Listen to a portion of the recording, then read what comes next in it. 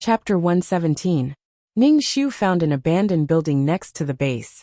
Then, she wandered around the base and eavesdropped on other people's conversations. Xiaoming followed behind Ning Shu. He did not know what she was doing. In Xiaoming's opinion, what Ning Shu was doing was meaningless.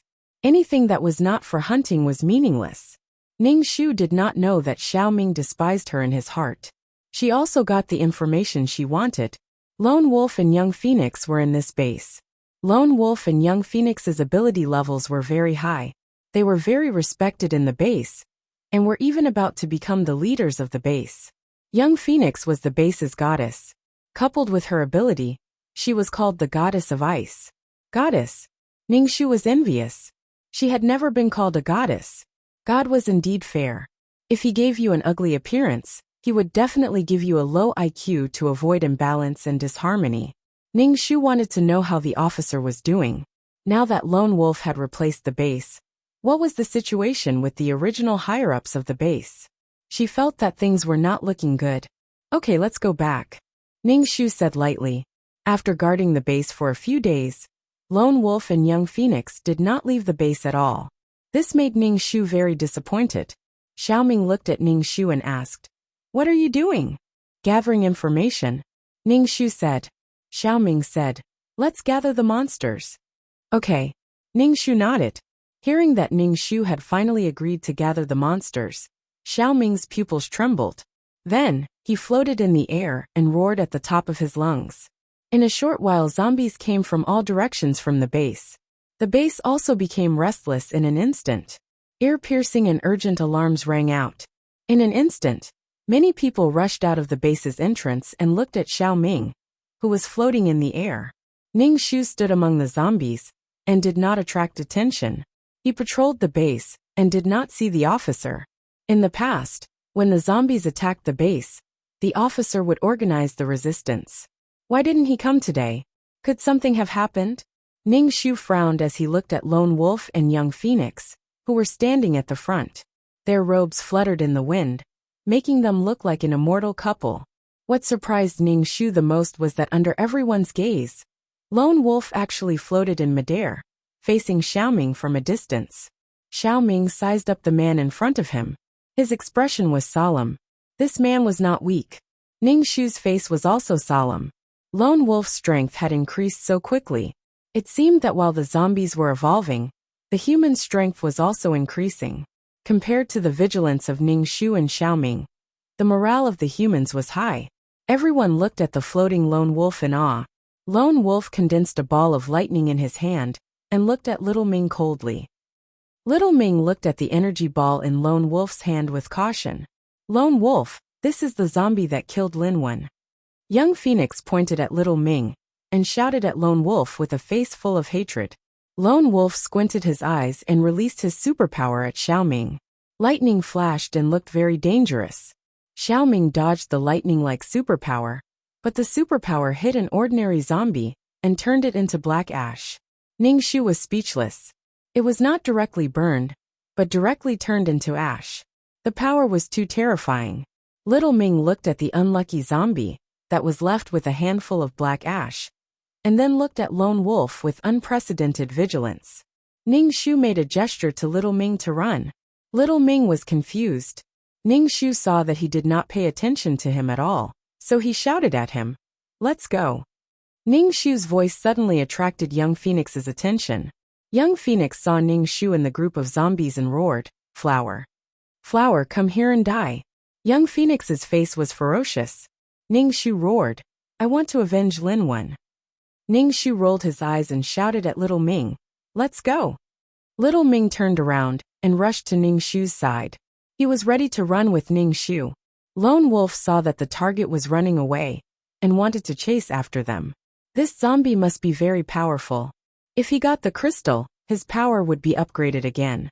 Little Ming looked back and saw that the human was chasing after them. He quickly roared and urged the ordinary zombies to attack the base. Lone Wolf saw that the base was about to fall, so he could only turn back to kill zombies. Ning Shu and Little Ming ran for a while and stopped. Ning Shu sat on the ground, and Little Ming also sat on the ground. They took a wooden stick and rode on the ground. Flower, the human today is very strong, Little Ming said to Ningxu. Ningxu nodded. He was very strong. His cultivation was like sitting on a rocket. Ningxu said, "Don't go to the base if you don't have to." Flower, have you found him? Little Ming didn't forget their purpose. Ningxu shook his head. Today the zombies attacked the base, but the officer didn't show up. Lone Wolf seemed to have become the uncrowned king of the base. The worst result was that Lone Wolf killed the officer. Ningxu felt depressed and said to Little Ming, "We'll keep an eye on that base in the future." Little Ming said, "I want to eat that human's heart." Ningxu was speechless. Good ambition. Then Ningxu and Little Ming formed a wretched two-man team and wandered around the base. As long as the humans in the base left the base, they would play all kinds of tricks. This made Young Phoenix and Lone Wolf very unhappy. They formed a special team to deal with Ningxu and Little Ming. Little Ming learned a lot of shameless behavior from Ningxu, which caused his pure mind to become dark. He often set up traps and things like that to trick humans. Every time Ningxu saw it, he felt guilty. Little Ming changed from a person who tore humans apart with his bare hands to a zombie who tortured humans. She couldn't escape the blame. Lone Wolf and Young Phoenix were so determined to kill Ningxu and Little Ming. In addition to taking revenge and eliminating the danger of the base, they wanted to get the crystal cores more. The pressure on Ningxu and Little Ming from the base was increasing. Young Phoenix and Lone Wolf seemed to be fighting with them. They sent more and more superpowered people, and even had firearms. Ningxu and Little Ming's advantage in fighting with them was getting smaller and smaller. Little Ming would summon a lot of zombies to consume the enemy's strength. Sometimes, Lone Wolf would even lead the team in person, just to take the crystal cores out of Little Ming's head. Every time they saw Lone Wolf leading the team, Ningxu and Little Ming would run away directly. The power of thunder was the most effective against zombies. Damn, they were really shameless.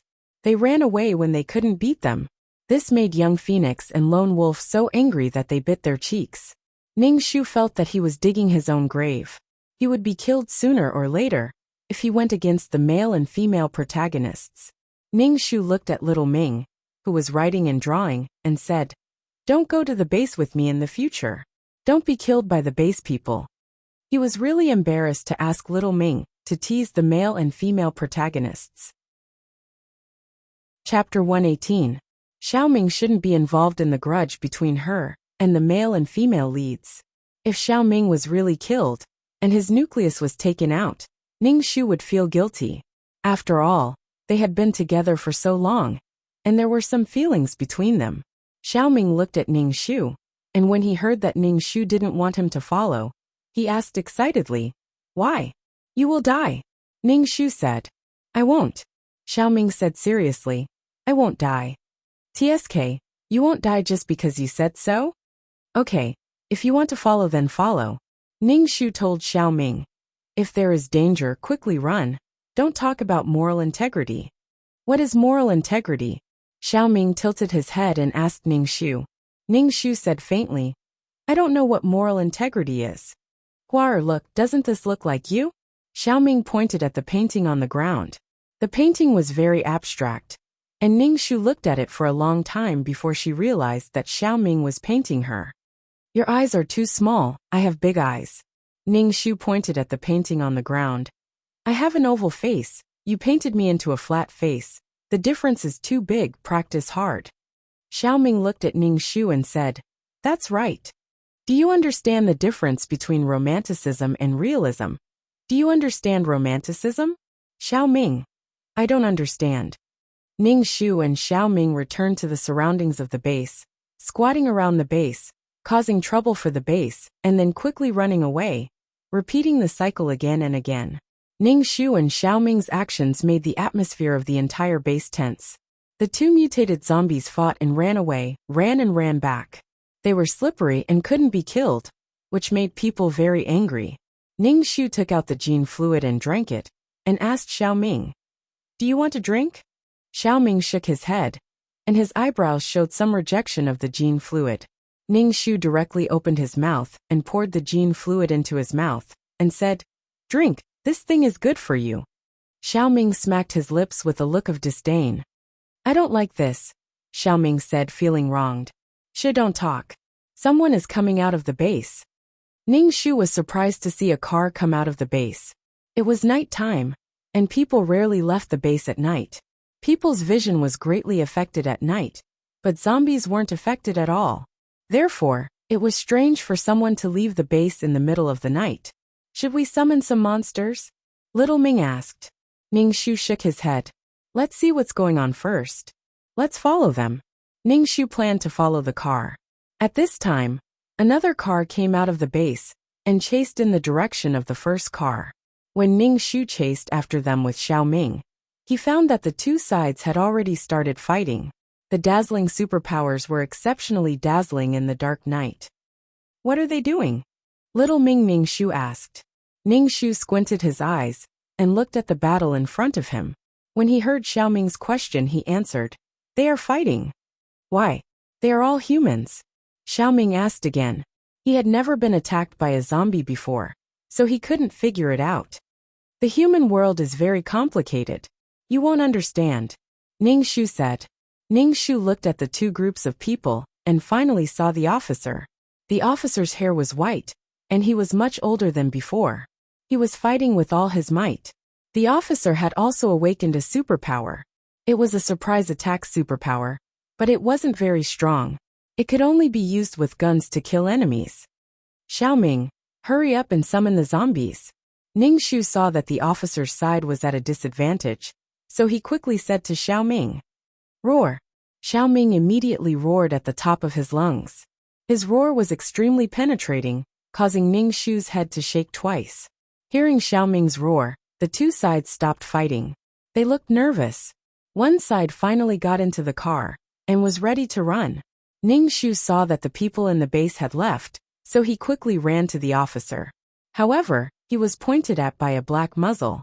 The dazzling light of the flashlight shone on her face. Ning Shu quickly said, Officer, I am Hua. The officer's expression couldn't be seen in the dark. He sounded a little confused. Hua, weren't you killed by a zombie? I heard from young Phoenix that you became a zombie. How can a zombie talk? This is very complicated. Officer, put down the gun first. Ning Shu said. Put down the gun. The officer ordered. He pointed the flashlight at Ning Shu and looked up and down. Are you a human or a zombie now? Zombie. Ning Shu said honestly. Hearing that it was a zombie, the other people who had just put down their guns immediately pointed at Ning Shu and Xiaoming. Xiaoming roared at these people. Ning Shu said, Officer, I won't hurt you. It's so late. Why did you come out of the base? Why are those people chasing you? Ning Shu asked. Put down the gun. The officer ordered. Then he said to Hua, It's good that you are alive. Lone Wolf and Young Phoenix took over the base and betrayed the country. The country's top officials were basically killed by Lone Wolf. I drank the gene fluid you gave me, and was lucky enough to awaken my ability. Lone Wolf didn't kill me, because he wanted to subdue me. Today, I found an opportunity to escape with my subordinates, but they immediately found me. The officer saw Ning Shu and the mutated zombie together. He knew that Hua was a zombie. He didn't know why Hua became a zombie and still had her memories. Sure enough, it seemed that the male and female lead were still on the path of the overlord of the base. Ning Shu asked, So where are you going next? Find a base to start over. We can't stay in that base anymore. It's the world of Lone Wolf and Young Phoenix.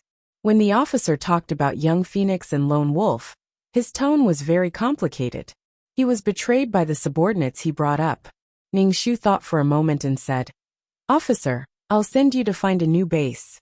This way, you can avoid being harassed by zombies on the way. The officer froze for a moment and said with a sigh, No need, we can go by ourselves. Officer, you don't have to be so polite with me. The two of us will follow you all the way. When you find a new base, we will leave immediately. Ning Shu suggested. It was good to do something for the original owner, who loved him like a father. Well, you just follow from a distance. The officer walked to Ning Shu. Ning Shu whispered, Don't follow too close. People's hearts are not what they used to be. Now mutated zombie nuclei are very precious. Ning Shu nodded. Then Ning Shu and Xiaoming followed the team from a distance, and accompanied the officer to find a new base. The people in the team usually couldn't feel the existence of Ning Shu and Xiaoming. Along the way, there were no zombies that attacked them. This kind of situation made the people in the team become ambitious.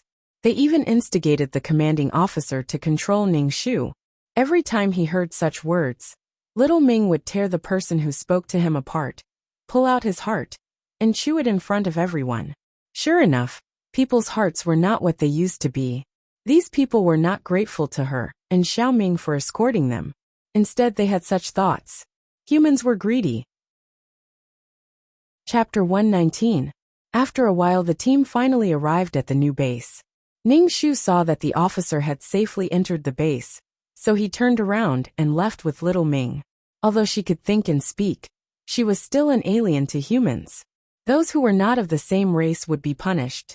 Ning Shu had never thought of living with the officer. This was because it was impossible. Ning Shu repeatedly emphasized to this body that she was now a different life form compared to humans.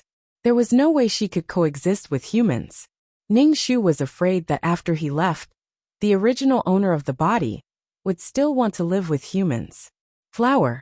Little Ming shouted for Ning Shu.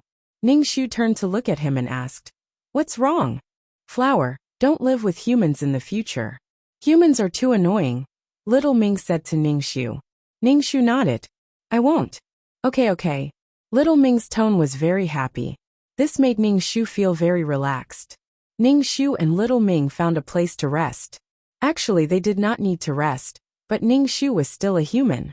Habits could not be changed. Little Ming seemed to be used to this too. Ning Shu looked at Little Ming, who was sitting beside him, and said, "Little Ming, I'll have to ask you to take care of me in the future. Take good care of me." Little Ming looked at Ning Shu and nodded. "I'll take care of you. Please don't let me live with humans. If I suddenly go crazy and insist on being close to humans, you have to stop me, okay? If I'm killed by humans and they dig out my crystal, then no one will be with you," Ning Shu said half-threateningly. Little Ming looked at Ning Shu seriously and said, "I won't let humans kill you." "Very good." Ning Shu closed his eyes and thought. He did not know when the mission would end. Ning Shu felt a little guilty. He did not know what the mission was like. He felt that the system had completely disappeared. It had not spoken for a long time. Xiaoming nudged Ning Shu. Ning Shu opened his eyes and asked, "What's wrong?" "I just wanted to see if you were asleep," Xiaoming said. Ning Shu was speechless. Now Xiaoming could speak fluently and think like a human. Ning Shu still decided to go back and cause trouble for Lone Wolf and Young Phoenix. Little Ming didn't say anything and followed Ning Shu around. He was so deep in thought that no one knew what he was thinking. "Flower, do you think I can build a base like the humans?" Little Ming Ning Shu asked. Ning Shu. Ning Shu firmly patted Xiaoming's shoulder and said, "If you want to do it, then do it. I support you." A convulsive smile appeared on Xiaoming's face. Ning Shu silently turned his head away from his face. "What's the point of building a base? Are you going to put a bunch of zombies that have no consciousness, but only appetite in the base?" Just thinking about it made him feel that it was too beautiful to look at. "Do you want to clear the mission points to upgrade the system? Clear the mission points to 0? 10,000 points to upgrade the system?" Ning Shu thought for a moment and said, "No." Ning Shu's heart ached for the mission points. "You must upgrade. After becoming an official player, you have to deal with more things. The system is too low level and will drag you down. Also, the upgraded system will be more intelligent." The system said, "Damn, it's mandatory. Then what are you talking about?" Ning Shu gritted his teeth and said, "Upgrade the system." "Please wait, the system is upgrading." Ning Shu's heart ached. A few world points in exchange for an upgraded system. Who knows what kind of system it is? The system was upgrading. Ning Shu also sat down and began to absorb the unknown substance in the space to enrich his soul. Ding, the system upgrade is complete. Ning Shu opened his eyes and looked around. It was still a vast expanse of white. Nothing had changed. "System sir, you're still here?" "Hello, I am System 2333. I am very happy to serve you." A voice rang out in the space. This voice was not as cold as the previous system. Ning Shu was very angry and shouted, "Why is it still 2333? 2333 Your sister. Chapter 120. Why was it 2333? Ning Shu did not like the title of 2333. He thought that he would be able to get rid of 2333 after his internship ended. But now that the system called itself 2333, Ning Shu wanted to vomit blood. 2333 is at your service. From today onwards, 2333 is the player's exclusive system. 2333 is required to serve the player in all aspects, including the player's mental state. When the player is unhappy, 2333 is responsible for making the player happy. When the player is happy, 2333 is responsible for making the player happy. Ning Shu was speechless. Why did he have a bad feeling about this? He would rather have the cold and emotionless system than this weird one. Ning Shu rubbed his forehead and said, That 2333. Is there anything the player needs? 2333 quickly said. He was like a small employee who was eager to impress his boss. Explain the situation to me first. Ning Shu said. What situation? 2333 asked. I am now an official player. I want to know the situation of the other players. Ning Shu suppressed the anger in his heart. He spent more than 10,000 points to exchange for this piece of trash. Ning Shu was really frustrated. 2333 seemed to have sensed that Ning Shu was not too happy. He quickly said, The player does not have the right to know the situation of the other players. Then what can I know? Ning Shu squinted his eyes and asked. You can know your quest and the origin of the system. 2333 said. The reason why players are chosen is that their souls are stronger than ordinary people. They can withstand the damage caused by teleportation. The player's job is to help those who have great resentment and have sacrificed their souls or important things to turn their lives around. The player's job is to repair the plane, the tinkerer of the world. 2333 said. Ning Shu nodded and said, I understand. All right, is there a secret book that can cultivate the soul? I feel that my soul is still too weak. When it came to things like the soul, the stronger the better. There is, but the player does not have points. You can't exchange for it. 2333 said. Fuck, I really want to choke 2333's neck and make it spit out the points.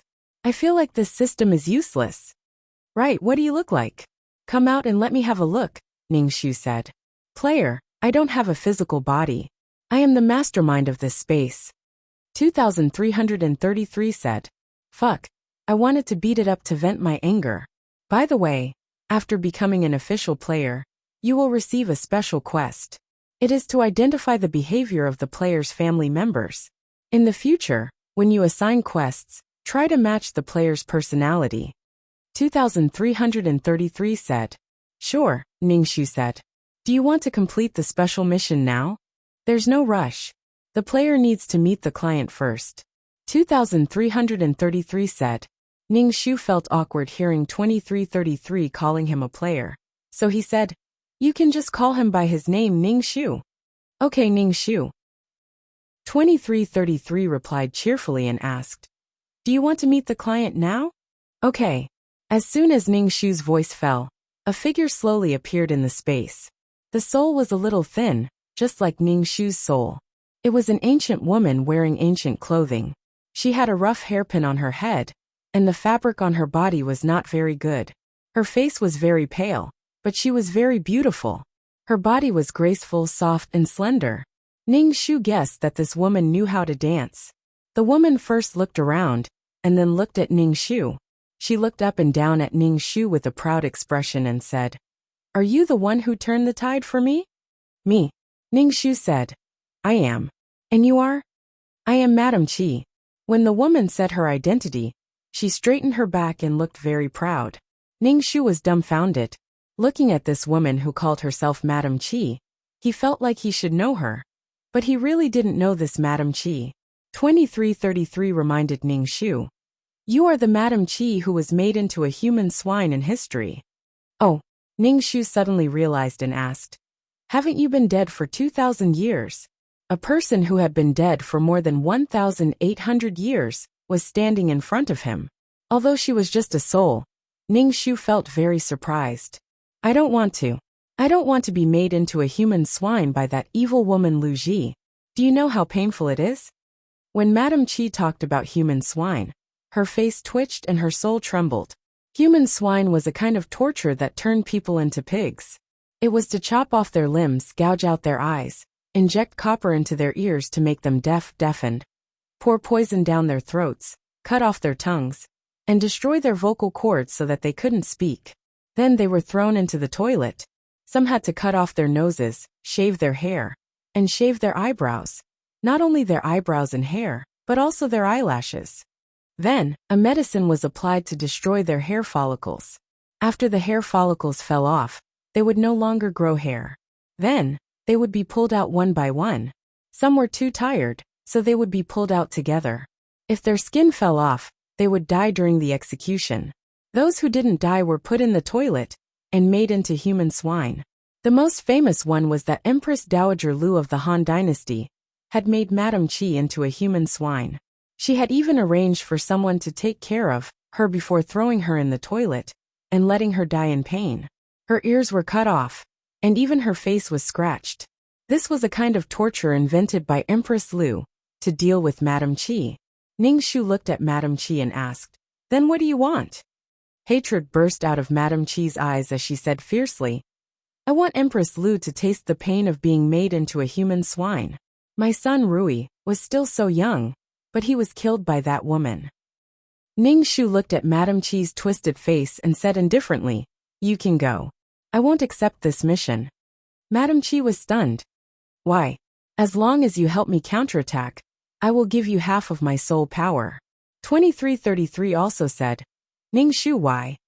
The main reason was that Ning Shu didn't want to go against Empress Lu, a woman who had been in power for more than 10 years. This woman was ruthless and cunning. Secondly, Ning Shu didn't have a good impression of Madame Qi, and he didn't have a good impression of Liu Bang, the rogue emperor. Liu Bang was exactly the kind of person who was called a scumbag. Although Madame Qi's end was very miserable, Ning Shu didn't sympathize with her at all. It was completely self-inflicted. She was ambitious, and didn't have the strength to match it. This had always been the case in the harem. 2333, can you reject this mission? I don't want to do this mission, Ning Shu said through the system. Yes, but you can't reject the next mission, 2333 said. Madame Qi's soul began to dim. She was probably going to leave the system space. Ning Shu roared, Why? Why can't you counterattack for me? Do I deserve to be tortured by that vicious woman, Empress Lu? I don't want to. Chapter 121. When Madame Qi heard that Ning Shu refused to help her, her face twisted. Ning Shu shouted bitterly, Why? Ning Shu said indifferently, Your son Lu Rui was killed by you. As a mother, you don't know how to protect your son. You only care about glory and wealth. No, Rui was killed by Lu Zhijiu. Madame Qi heard Ning Shu's words and refuted fiercely. Although your son can't be the emperor, he is still a prince. However, you want to uphold justice for your son. It would be strange if Lu Zhijiu let your son go. Ning Shu said indifferently. After Liu Bang's death, Madame Qi was forced by Lu Zhijiu to wear prison clothes and iron shackles. She was locked in Yongchun Alley and pounded rice day and night. Madame Qi couldn't stand it anymore and made a song. She wanted her son to uphold justice for her and leave here. Madame Qi's soul became dimmer and dimmer. It was estimated that she was about to leave the system space and disappear completely. The system echoed Madame Qi's roar. It's not like that. It's not like that at all. Ning Shu let out a long breath. Ning Shu didn't want to care about this kind of mess. Also, Ning Shu was definitely on the side of the legal wife. Even if it was reasonable and legal in ancient times, Ning Shu was still very disgusted. As a rich young lady, Lu Zhijiu married Liu Bang, who had nothing. She washed and cooked for Liu Bang, and gave birth to children for him. She was not beautiful, and was even captured by Xiang Yu as a hostage for 2 years. She waited bitterly for Liu Bang. But Liu Bang and Madame Qi were like gods. Madame Qi enjoyed glory and favor. Lu Zhijiu had nothing but the position of empress. Madame Qi was ambitious. She encouraged Liu Bang to depose the crown prince and make her son the crown prince. LVG was vicious and merciless, but she had changed from a pampered, intelligent, and innocent young girl to this. Behind every heartless and ruthless woman, there was a heartless man. Too much hurt, disappointment, and despair had turned a soft heart into a cold and hard iron. If it was Ningxu himself, he would do the same.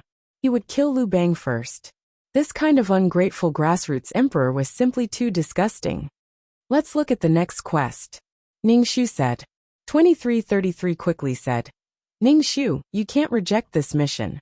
No matter what kind of mission it is, you must accept it. Okay, I got it. Ningxu nodded. As soon as Ningxu's voice fell, a figure slowly appeared in the space. When the figure gradually became clear, Ningxu was stunned when he saw the soul. It was a woman, a very beautiful woman. Her soul seemed to be stronger than Lu Ji's soul. It was like a real person standing in front of Ningxu. Her appearance was dazzling and captivating. The fabric of her clothes was excellent. There was no wind in the space, but the clothes on her body seemed to be fluttering, giving people the feeling that she was floating in the air like an immortal. This was the first time Ningxu had seen such a beautiful woman. Her face was pure and innocent, but her body was very hot. Her waist was very thin, and the belt she wore made her chest even more turbulent. With such good looks, there was no hurdle that couldn't be overcome. As the saying goes, 3 points of fate, 7 points of hard work, and 90 points of appearance. Like cannon fodder, she could just grow as long as she wanted. Ningxu felt that this woman was not simple.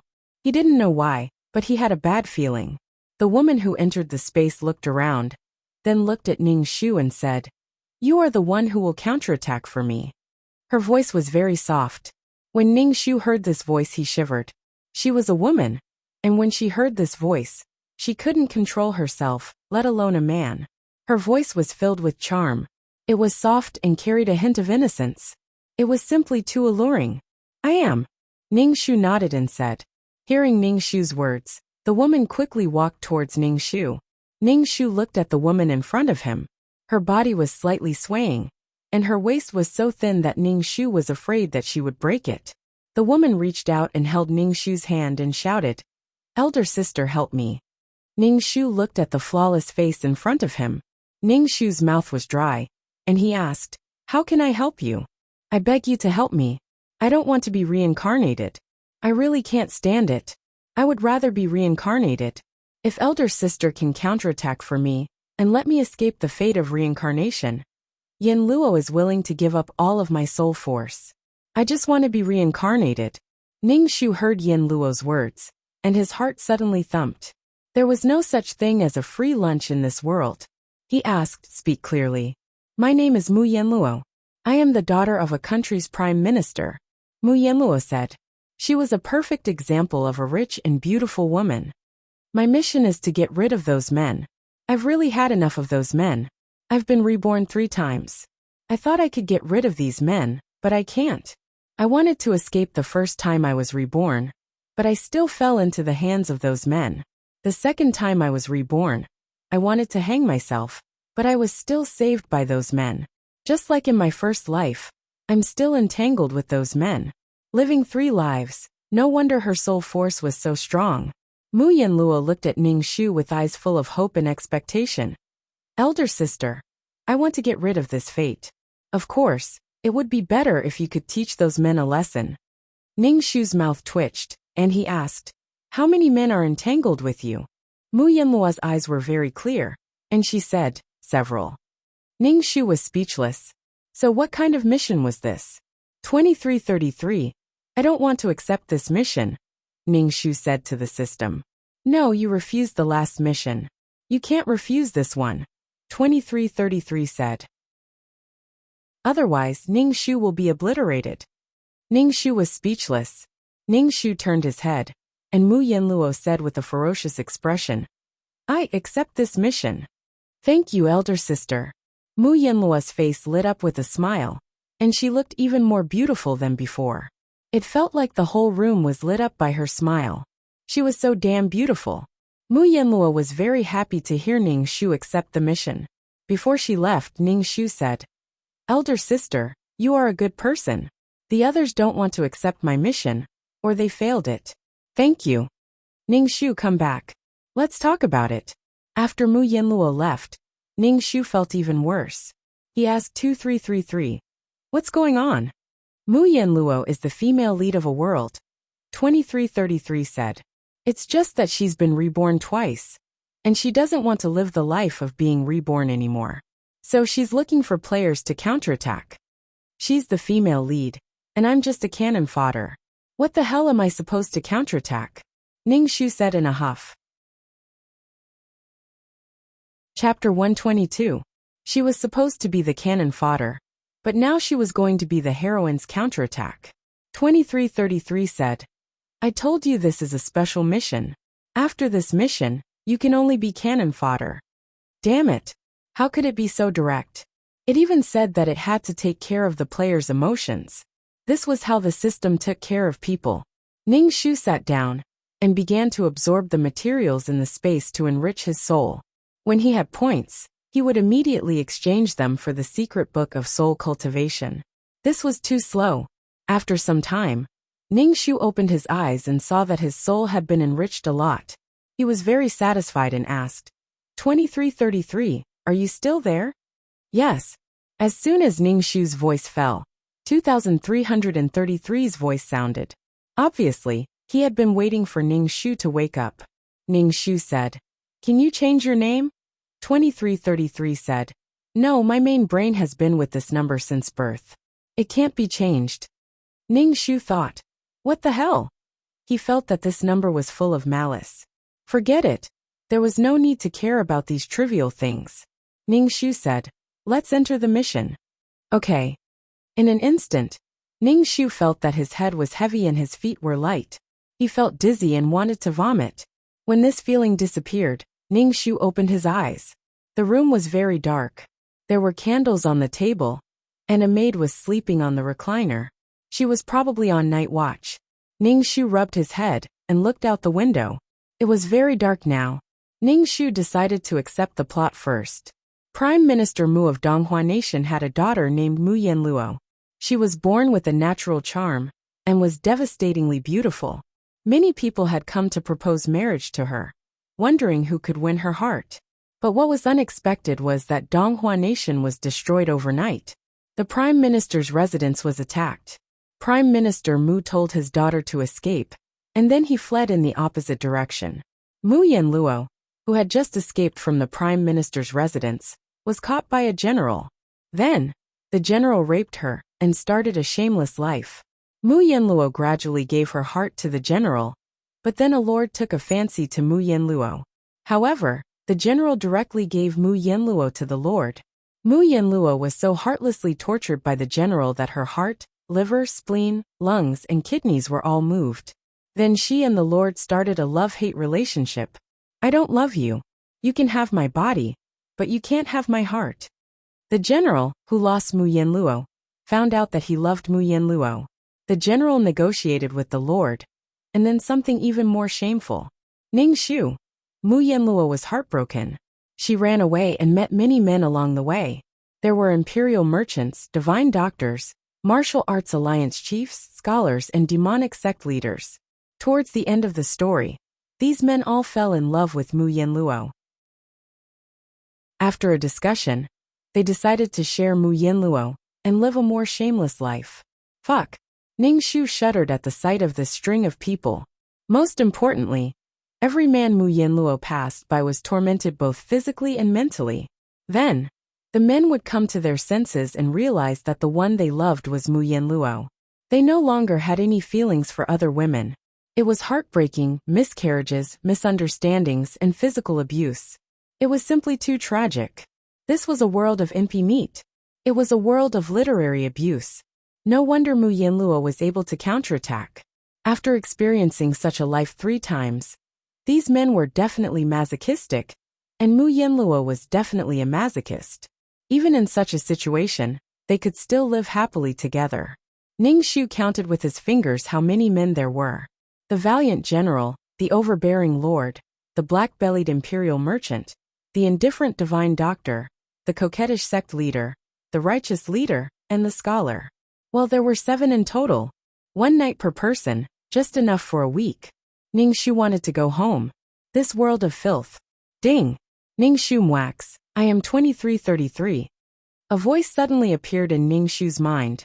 Lost in thought, Ningshu almost jumped out of bed. What is it? Ningshu asked coldly. Mwax. Ha ha ha.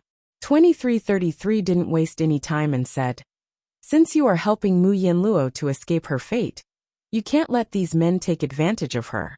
Mu Yinluo's 3 lives have been tortured by these men. So Ningshu, if you want to get more points, you better torture these men too. The higher the torture, the more points you will get. This mission is difficult because the rules of heaven and earth are strong. Mu Yinluo is set in stone. Even if she is reborn, she can't escape her fate. 2333 explained. Ningshu suddenly understood. It was like a tape that had been put on. It could only follow the plot. But if the plot deviated, the rules of heaven and earth would soon return to the starting point. Ningshu felt a sudden pressure. Damn, why was the mission so difficult? Could it be that she picked the leftovers of others? Fuck. All in all, this mission was to change Mu Yinluo's fate. Moreover, he had to torture these men. Of course, if he didn't kill these scumbags, would he keep them for the new year? Ningshu sat up on the bed and prepared to practice his peerless martial arts. Without strength, he could only be slept with.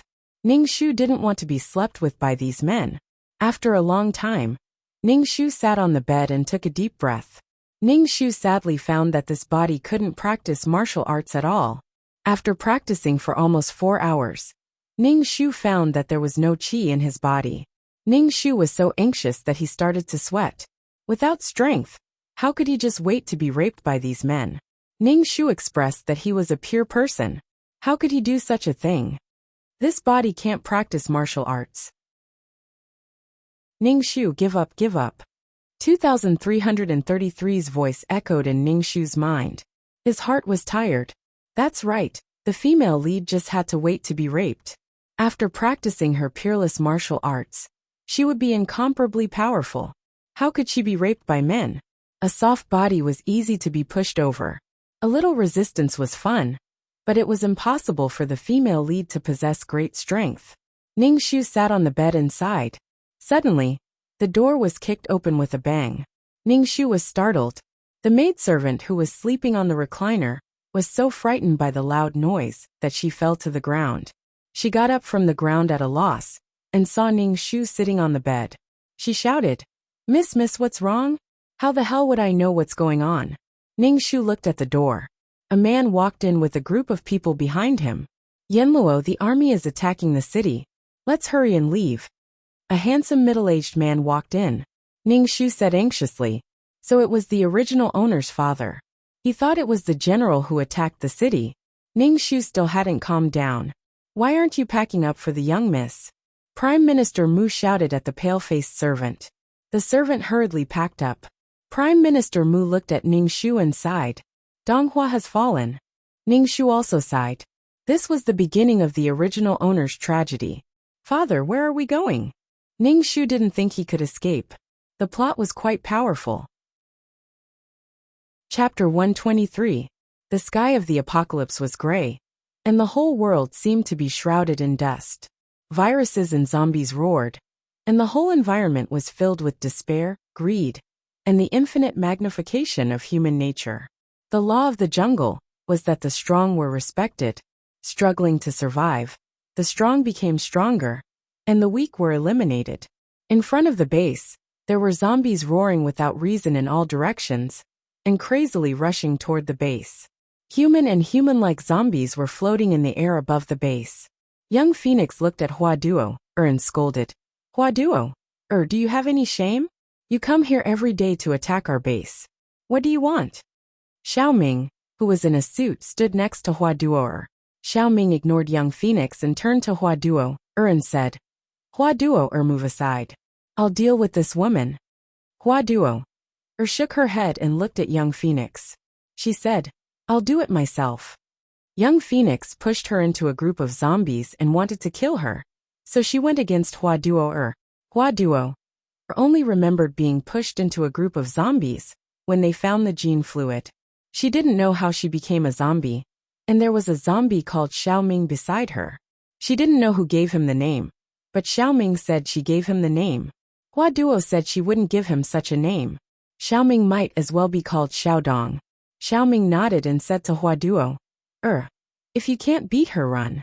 Don't fight with this woman. She's stronger than before. I'll run. Hua nodded. Although Xiaoming was a zombie, he was very black-bellied and was a thick-skinned person. Young Phoenix, you pushed me into a group of zombies. I'll take revenge today. Hua Duo raised her fist and punched Young Phoenix. Young Phoenix sneered. You're just lucky to become a mutated zombie, and you think you've become Superman. No matter what you become, you're useless. You're just giving me nuclei. Hua Duo didn't say anything. She dodged Young Phoenix's icicles and fought with Young Phoenix. Hua Duo couldn't understand. They were all from the special agent team, and they were all trained by the officer. How could Young Phoenix and Lone Wolf attack the officer? He was simply a human-faced beast. You're nothing but a slut. You're even called a goddess by others. Don't you feel guilty? Why are you pretending to be so pure? Hua Duo cursed as she fought with Young Phoenix. Young Phoenix's eyes turned red when she heard Flower's words. This was because she had to sacrifice her body when she was doing quests. It was not even her first time. In order to complete quests, this was necessary. In the past, Young Phoenix did not care. But now that she was the goddess of the base, Young Phoenix was very concerned about such a dark history.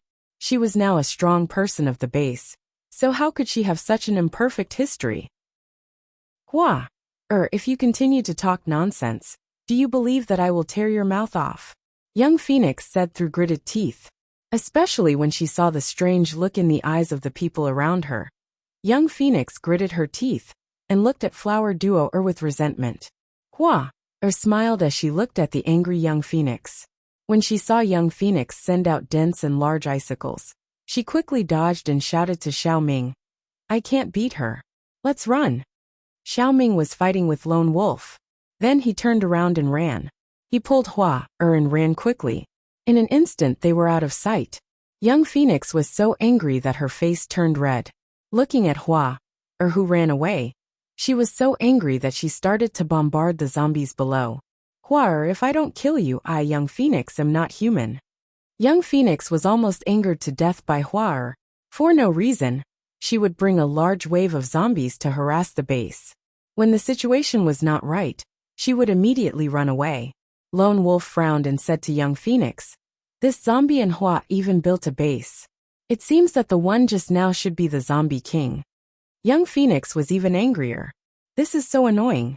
Moreover, the base built by Hua and the zombie king was not far from here. Young Phoenix felt that Hua did it on purpose. However, humans were no match for the endless and tireless zombies. Otherwise, Young Phoenix would have attacked them long ago. Xiaoming and Hua ran for a while and stopped. Then they slowly walked towards the base.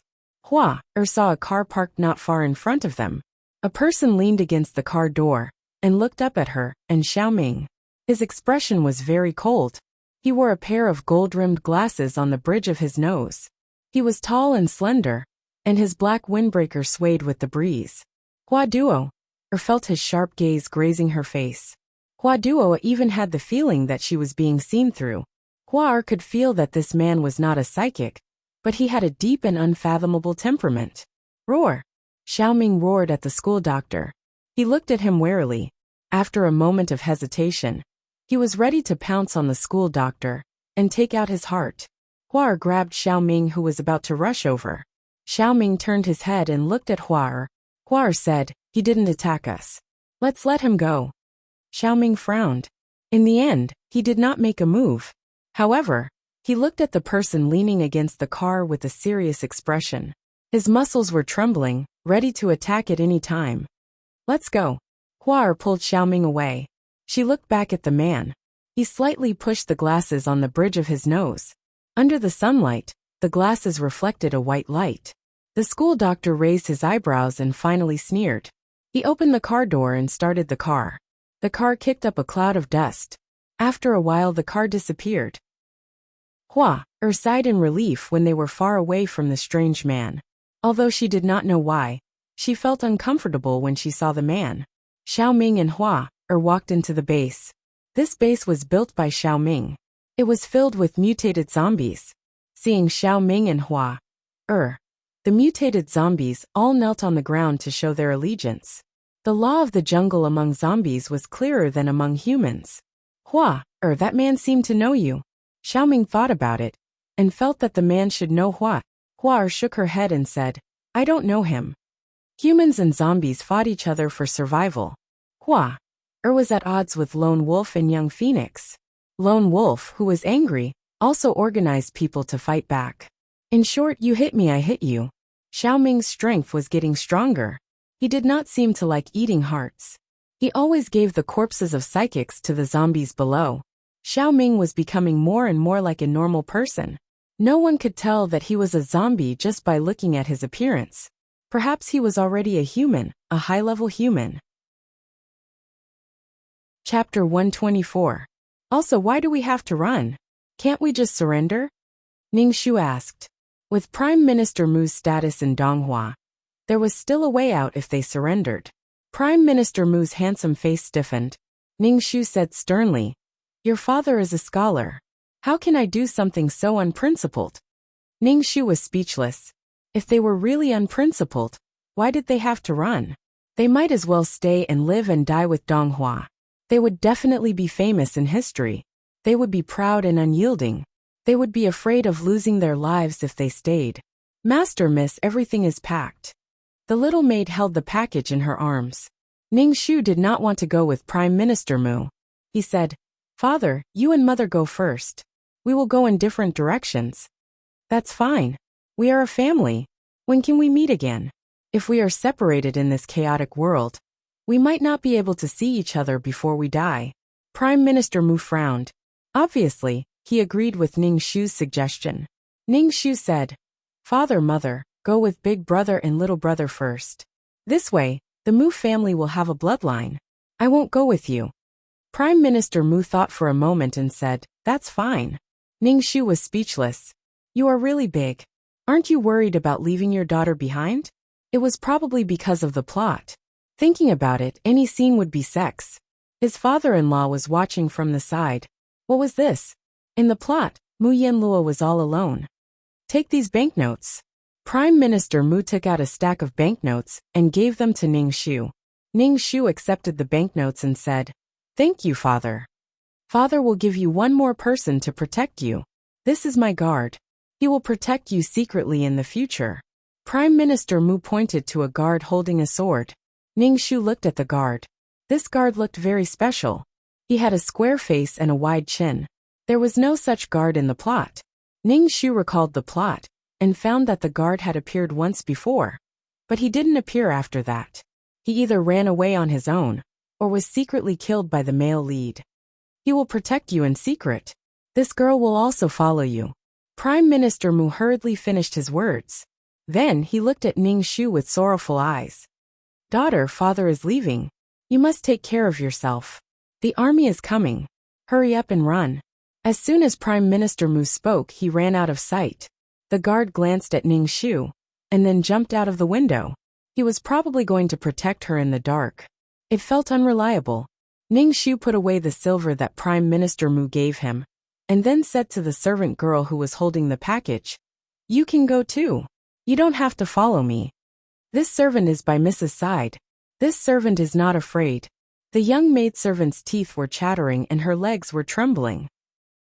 Ningxu sat cross-legged on the bed and said indifferently, You don't have to follow me. I won't leave. This servant is by Mrs. Side. Yulan is Mrs. Person. Even if I die, I will be Mrs. Ghost. Yulan said firmly. Ningxu waved her hand. Up to you. If you want to follow me, then follow me. Get something to eat. I'm a bit hungry. Ningxu said to Yulan. Yulan put down the package and went to get something for Ningxu to eat. Looking out of the window, one could see that the city gate was brightly lit. There were also sounds of killing. The smell of blood drifted far away. The entire capital seemed to be in turmoil. That guard, are you still there? Ningxu shouted out of the window. After waiting for a while, there was no response from the guard. Ningxu felt depressed. This guy couldn't have run away, right? Here. A voice sounded. Ning Shu. She felt that this guy's reaction arc was a bit long. She called for such a long time before answering. How should I inform you? Did she have to call for him every time? If he didn't respond for a long time, it would be too late.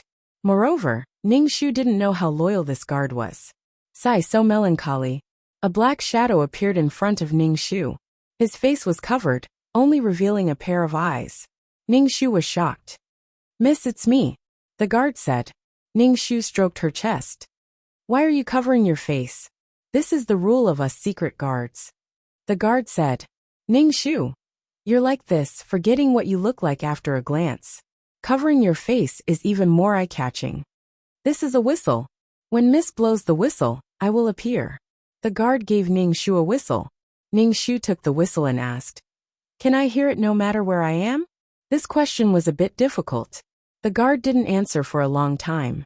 Finally he said, As long as I am by Mrs. side, I can hear when Miss blows the whistle. Thank you.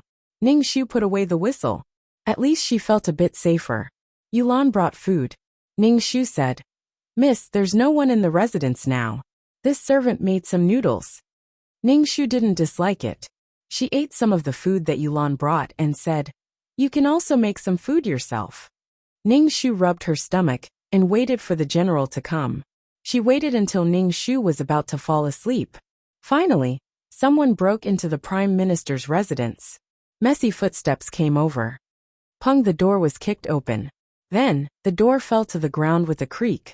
It fell to the ground and splashed up dust. It was completely ruined. Ning Shu was speechless. Couldn't they open the door properly? All of them liked to kick the door open. Ning Shu remained silent and sat on the stool without moving. She looked at the man walking at the front. This man was tall and strong, and he was wearing armor. The moment he walked into the room, the entire room was filled with the thick smell of blood. Ning Shu looked at him. This was Mu Yanluo's first man, Situ Qingyu. Wow, General, there's a beauty here. So beautiful. So beautiful. When Ning Shu saw these people looking at her with lustful and disgusting eyes, she cursed in her heart.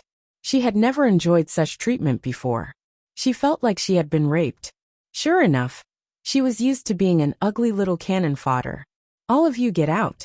Situ Qingyu said to the soldiers behind him.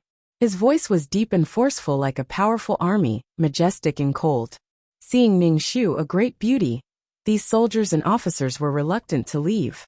One of them cupped his fists and said, General, this beauty must be the famous beauty Mu Yanluo of Donghua Nation. We have worked hard for the whole night. General, what do you think? I said get lost. Situ Qingyu directly pulled out the big saber at his waist and said coldly, What's wrong? My words don't matter. Or do you want to go against the military order? Everyone immediately understood that the general had taken a fancy to this beauty and wanted to have sex with her first. The eyes of the men blocking the door were glued to Ning Shu. They couldn't look away, and some of them even drooled. However, with Situ Qingyu around, they couldn't think of this beauty. Situ Qingyu was very powerful, and these men were very afraid of him. In the end, they all left reluctantly, leaving Situ Qingyu alone. Chapter 125.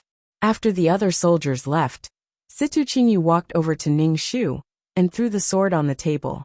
The little girl Yuelan was so scared that her legs turned to jelly. She fell to the ground and looked at the fierce Situ Qingyu in shock. Ning Shu's eyelids twitched, but her expression did not change. Damn it! If I could master a peerless martial art, I would whip you to death. Situ Qingyu looked at Ning Shu and let out a low laugh. I didn't expect Miss Mu to be so bold. Were you waiting for me in this embroidery house? Although Situ Qingyu was a general, he was definitely good-looking and handsome. Now he looked at Ning Shu with undisguised passion and desire. Ning Shu coughed and tried to make her voice sound a little rougher. General, are you going to kill women and children now? Kill you? How could I bear to kill you? As Situ Qingyu said this, he suddenly twitched the saber at his waist. The saber reflected a white light that shone on Ning Shu's face. Situ Qingyu stabbed the saber at Ning Shu's head. Ning Shu did not dodge, and just stared at Situ Qingyu in a daze. Miss, Yulan shouted, her face deathly pale. Situ Qingyu glanced at Ning Shu, whose expression did not change. With a flick of his wrist, he took the hairpin in her hair and held it in his hand. Then, he put the hairpin to the tip of his nose and sniffed it. He said in a low and sexy voice, "It smells so good." Ning Shu grinned and did not say anything. She had to maintain a noble and elegant appearance to reduce the seductiveness of her body. Mu Yanluo's body was emitting hormones at any time and anywhere, sending out signals that said, "Come on me, come on me." No man liked a woman with a cold face. Situ Qingyu put the hairpin back into Ning Shu's hair bun. This hairpin suits you best. He's a master at flirting. In the plot, Situ Qingyu raped Mu Yanluo and was mesmerized by her body. The Prime Minister's residence was a place for pleasure at any time and place. Women would always have some special feelings for their first man. Moreover, after a long time together, Mu Yanluo's heart had been given to Situ Qingyu. Mu Yanluo had thought that Situ Qingyu also loved her. After all, if he didn't love her, how could he roll around with her every day? Moreover, he was so passionate. However, he did not hesitate to give her away, as if she was a brothel girl. Mu Yanluo was truly beaten to a pulp. Situ Qingyu saw that the beauty was ignoring him. She was indifferent to whatever he did. Situ Qingyu revealed a faint smile and said lightly, "Interesting, very interesting." Ning Shu. That's a classic line for picking up girls. So are you going to say, "Woman, you've successfully attracted my attention"? Very well, you've attracted my attention. Situ Qingyu bent over slightly and lowered his head to get closer to Ning Shu. This action was very ambiguous, as if he was going to lean over and kiss her. At the same time, Situ Qingyu had an extremely strong aura and oppression that would make a woman's heart pound wildly. However, in the face of Situ Qingyu's flirting skills, Ning Shu looked up at Situ Qingyu expressionlessly. Situ Qingyu stretched out his head and lifted Ning Shu's chin. Situ Qingyu's face was getting closer and closer, and it looked like he was going to kiss her. TSK. There was a bloody smell on him. Ning Shu instantly felt that this guy had come back from slaughtering pigs and hadn't even taken a shower. Ning Shu stretched out his fist and punched Situ Qingyu in the eye, only to hit Situ Qingyu's palm. Situ Qingyu looked at Ning Shu with a faint smile and grabbed Ning Shu's fist with his slender and broad hand. "I like this frosty look of yours even more. It's even more mesmerizing to see a frosty look turn into a passionate one when you're about to give pleasure." Situ Qingyu's words were lewd, but his handsome face made him look particularly devilish. Ning Shu. Damn, he failed to pretend to be noble and cold. Situ Qingyu lowered his head and wanted to kiss the hand in his palm. Ning Shu withdrew his hand and picked up the whistle hanging in front of his chest. He took a deep breath and blew the whistle as loudly as he could. Bang! A black shadow jumped in through the window. He was dressed in black and had a mask on his face. He was very conspicuous in this brightly lit room. "Beat him as hard as you can. This bastard dared to take advantage of me. Cut off his penis." Ning Shu pointed at Situ Qingyu and cursed. She didn't look noble and cold at all. Situ Qingyu was stunned for a moment. Obviously, he couldn't figure out why the beauty suddenly changed her style. Situ Qingyu raised his eyebrows and looked at Ning Shu. He said in a low voice, "So you have a helper. Beauty, I like to hear you speak. Even if you're cursing, it sounds like you're pleasing me." Ning Shu. Damn.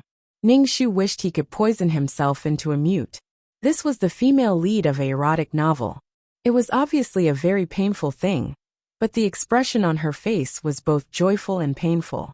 It made men want to torture her even more and tear her apart.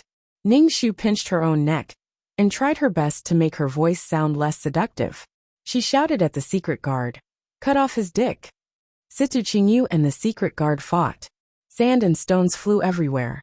The chairs and benches in the room were swept by the aftermath and turned into wreckage. Yuelan's face was pale. She moved to Ning Shu's side and watched the fight. She asked in a trembling voice, "Miss, what's a dick?" Ning Shu. Plop. A figure fell at Ning Shu's feet. Ning Shu felt uncomfortable when he saw that it was the secret guard. The secret guard stood up with a hand on his chest. Ning Shu said, "Miss, this person is not weak. I can't beat him. I'll go and treat my injuries first." With that, The secret guard jumped out of the window and ran away. Damn, you're so useless. What's the point of keeping you? If you want to run, you have to run with your master. Ning Shu pretended to be noble and aloof, as she raised her chin, and looked at Situ Qingyu. Situ Qingyu's arm was injured, and was bleeding profusely. General, what's wrong? A guard outside the door asked. Ning Shu smiled, revealing his white teeth. He said indifferently to the door. It's nothing. The battle was a little intense. Situ Qingyu's words were very ambiguous. The person outside the house immediately let out a wretched laugh, and left again. Ning Shu beckoned Situ Qingyu with his finger. Come here and bandage my wound. He didn't know how to bandage a wound. Ning Shu didn't say anything. Since you're not coming over, I'll come over. I'm not just here to bandage my wound. Situ Qingyu said as he asked Ning Shu to come over. Damn it. Ning Shu cursed in his heart, and walked towards Situ Qingyu. When he walked, Ning Shu found that his body was habitually twisting his waist. It was completely spontaneous. Chapter 126. Her body automatically made the most seductive movements. When her waist moved, it was the most comfortable position. Ning Shu clamped her buttocks, not allowing her waist to move. Her entire body stiffened as she walked towards Situ Qingyu. Situ Qingyu took off his shirt without hesitation, revealing his muscular body. The only thing that ruined the scene was the bloodstain on his arm. Situ Qingyu said indifferently, help me bandage my wound. Ning Shu said directly, I don't know how to. Situ Qingyu narrowed his eyes and looked at Ning Shu dangerously. Don't you know how to bandage a wound? You really are a lady from a noble family. Situ Qingyu's voice was full of sarcasm as he said coldly, you ladies from noble families have your eyes in the sky. You are my captive now. Whatever I say goes. Ning Shu pursed his lips, and wrapped the cloth that Yuelon had torn around Situ Qingyu's arm. Situ Qingyu seemed to have thought of something bad, and looked at Ning Shu with ferocity and disgust. Shouldn't you clean the wound first? You really don't eat the food of mortals. Ning Shu used the cloth to wipe his wound. Situ Qingyu hissed in pain, and looked at Ning Shu coldly. Did you do it on purpose? No, Ning Shu said indifferently. Sure enough, you ladies from noble families are all whores. Situ Qingyu became irritable, and his words became more and more unpleasant. Ding! Abuse points 5. 2333's voice suddenly appeared in Ning Shu's head. Ning Shu was dumbfounded. What did she do? She was the one who was scolded by Situ Qingyu. How did she abuse him? Ning Shu was very confused, but his hands were not slow. After tying the cloth for Situ Qingyu looked at Ning Shu with a gloomy face. Ning Shu was confused. What was wrong with him? Situ Qingyu stood up. The muscles on his body were bulging, and his entire body was filled with the smell of hormones. Get out! Situ Qingyu growled at Yuelon in a low voice, and the whole room shook. Yuelon was so scared that she fell to the ground, and looked at Ning Shu with tears in her eyes. You can leave, Ning Shu, Yuelon said calmly. But miss, if this servant goes out, miss will face this barbarian alone. This servant is afraid that something will happen to Mississippi. Although Yuelon was afraid, she was still determined to stay and accompany Ning Shu. Yuelon shouted at Situ Qingyu. Let go of my miss and come at me. Yuelon puffed out her chest as she spoke. Ning Shu was speechless. Scram. Situ Qingyu looked at Yuelon with killing intent. Get out, Ning Shu said. Yuelon left while crying. After Yuelon left, Situ Qingyu lowered his head and looked at Ning Shu. Ning Shu looked at him indifferently. There was a pair of scissors hidden under the sleeves of his deep robe. Ning Shu had secretly hidden the scissors when he was cutting the cloth. If Situ Qingyu really dared to make a move on her, Ning Shu would not hesitate to stab the scissors into his heart. So what if he was handsome? He was still a rapist even if he was handsome. I hate young ladies like you the most in my life. In front of others, you look pure and innocent. But behind others, you are vicious and arrogant. Situ Qingyu pinched Ning Shu's chin and said viciously, So when I meet a young lady like you, I will first rape and then kill you. Fuck, this guy was a psychopath. He mourned for Mu Yanluo. Although she was raped, she was not killed. Ning Shu's expression did not change. Situ Qingyu looked at Ning Shu and asked, What do you think I should do to you? Kill and rape. In the past, it was always rape and then kill. Now that she was the female lead, she naturally had to be special. Then guess what happened to the young lady who made me kneel and lick her shoes? Situ Qingyu seemed to want to chat with Ning Shu, but the content of the conversation was not so pleasant. What do you think Ben will do to her? Situ Qingyu sat down and looked at Ning Shu with a faint smile, but there was disgust in the depths of his eyes. Ning Shu blinked and said, "It must be some inhumane torture. I threw her into a pack of wolves, and the wolves were fed with drugs in advance. The pack of wolves raped her while tearing her flesh, but I didn't want her to die so quickly. She lived for half a month under the wolves' bodies, and finally died with her body in a bloody mess. When she died, I couldn't even see her arrogant and despotic face." Situ Qingyu looked at Ning Shu. "Do you think this punishment is good?" Ning Shu was speechless. Ning Shu was filled with disgust. Situ Qingyu continued to blabber. In summary, Situ Qingyu, who was once a poor boy, was humiliated by the young ladies of noble families. In addition, Situ Qingyu was very tall and handsome, which aroused the desire of these young ladies to conquer him. They even made Situ Qingyu kneel on the ground and bark like a dog to lick his shoes. This caused Situ Qingyu to be traumatized and twisted. Then, when he became successful and famous, he took revenge on these people one by one in cruel and vicious ways. Ning Shu finally understood why Situ Qingyu did not say anything when he caught Mu Yanluo and directly raped her. It turned out that there was such a story. No wonder Situ Qingyu sent Mu Yanluo away, without a word when the Lord wanted her. Situ Qingyu hated the young ladies of noble families. Mu Yanluo was the daughter of the Prime Minister of Donghua Nation, and had a noble status. When Situ Qingyu saw Mu Yanluo, he vented all his anger on her. However, the female lead's body was so alluring that Situ Qingyu directly imprisoned Mu Yanluo and trapped her in the embroidery house. They had sex almost 24 hours a day. Ning Shu was speechless. Mu Yanluo was completely unjustly implicated. TSK. Sure enough, Situ Qingyu wanted to take revenge on society and women. He was a scumbag who felt that he had been wronged. Situ Qingyu saw Ning Shu's disdainful look, and his face darkened. "What's with your expression? Are you looking down on me? Do you really think you're a high and mighty young lady?" TSK. I didn't say anything. What are you trying to say? Ning Shu shook his head and said, "Are you trying to get back at a woman?" "Ha, get back at a woman? You think too highly of yourself. I heard that you're the most beautiful woman in Donghua Nation. Let me think. What would it be like if the most beautiful woman in Donghua Nation were to be pleasured by me and end up as a promiscuous military prostitute?" Situ Qingyu's voice was filled with doubt, but he looked at Ning Shu with malicious eyes. "What a perverted lunatic." Ning Shu said expressionlessly, "How would I know what it would be like? Try it and you'll know." Situ Qingyu's voice was very evil. He looked at Ning Shu with naked desire and malice. Chapter 127. When Ning Shu saw Situ Qingyu's expression and the deep desire in his eyes, she knew what this guy wanted to do. Not to mention this mission, even Ning Shu herself did not want to roll around with such a lunatic. "What do you want to do?" Ning Shu looked at Situ Qingyu coldly with a murderous look in his eyes.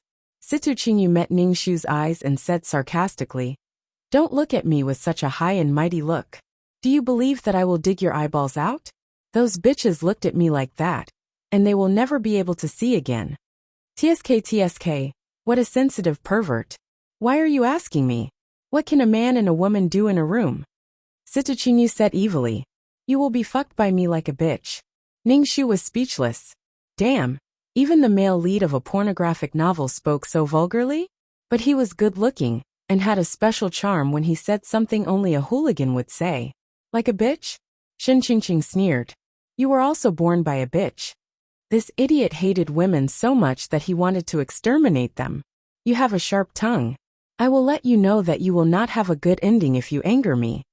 Situ Qingyu bared his teeth, which reflected a white light.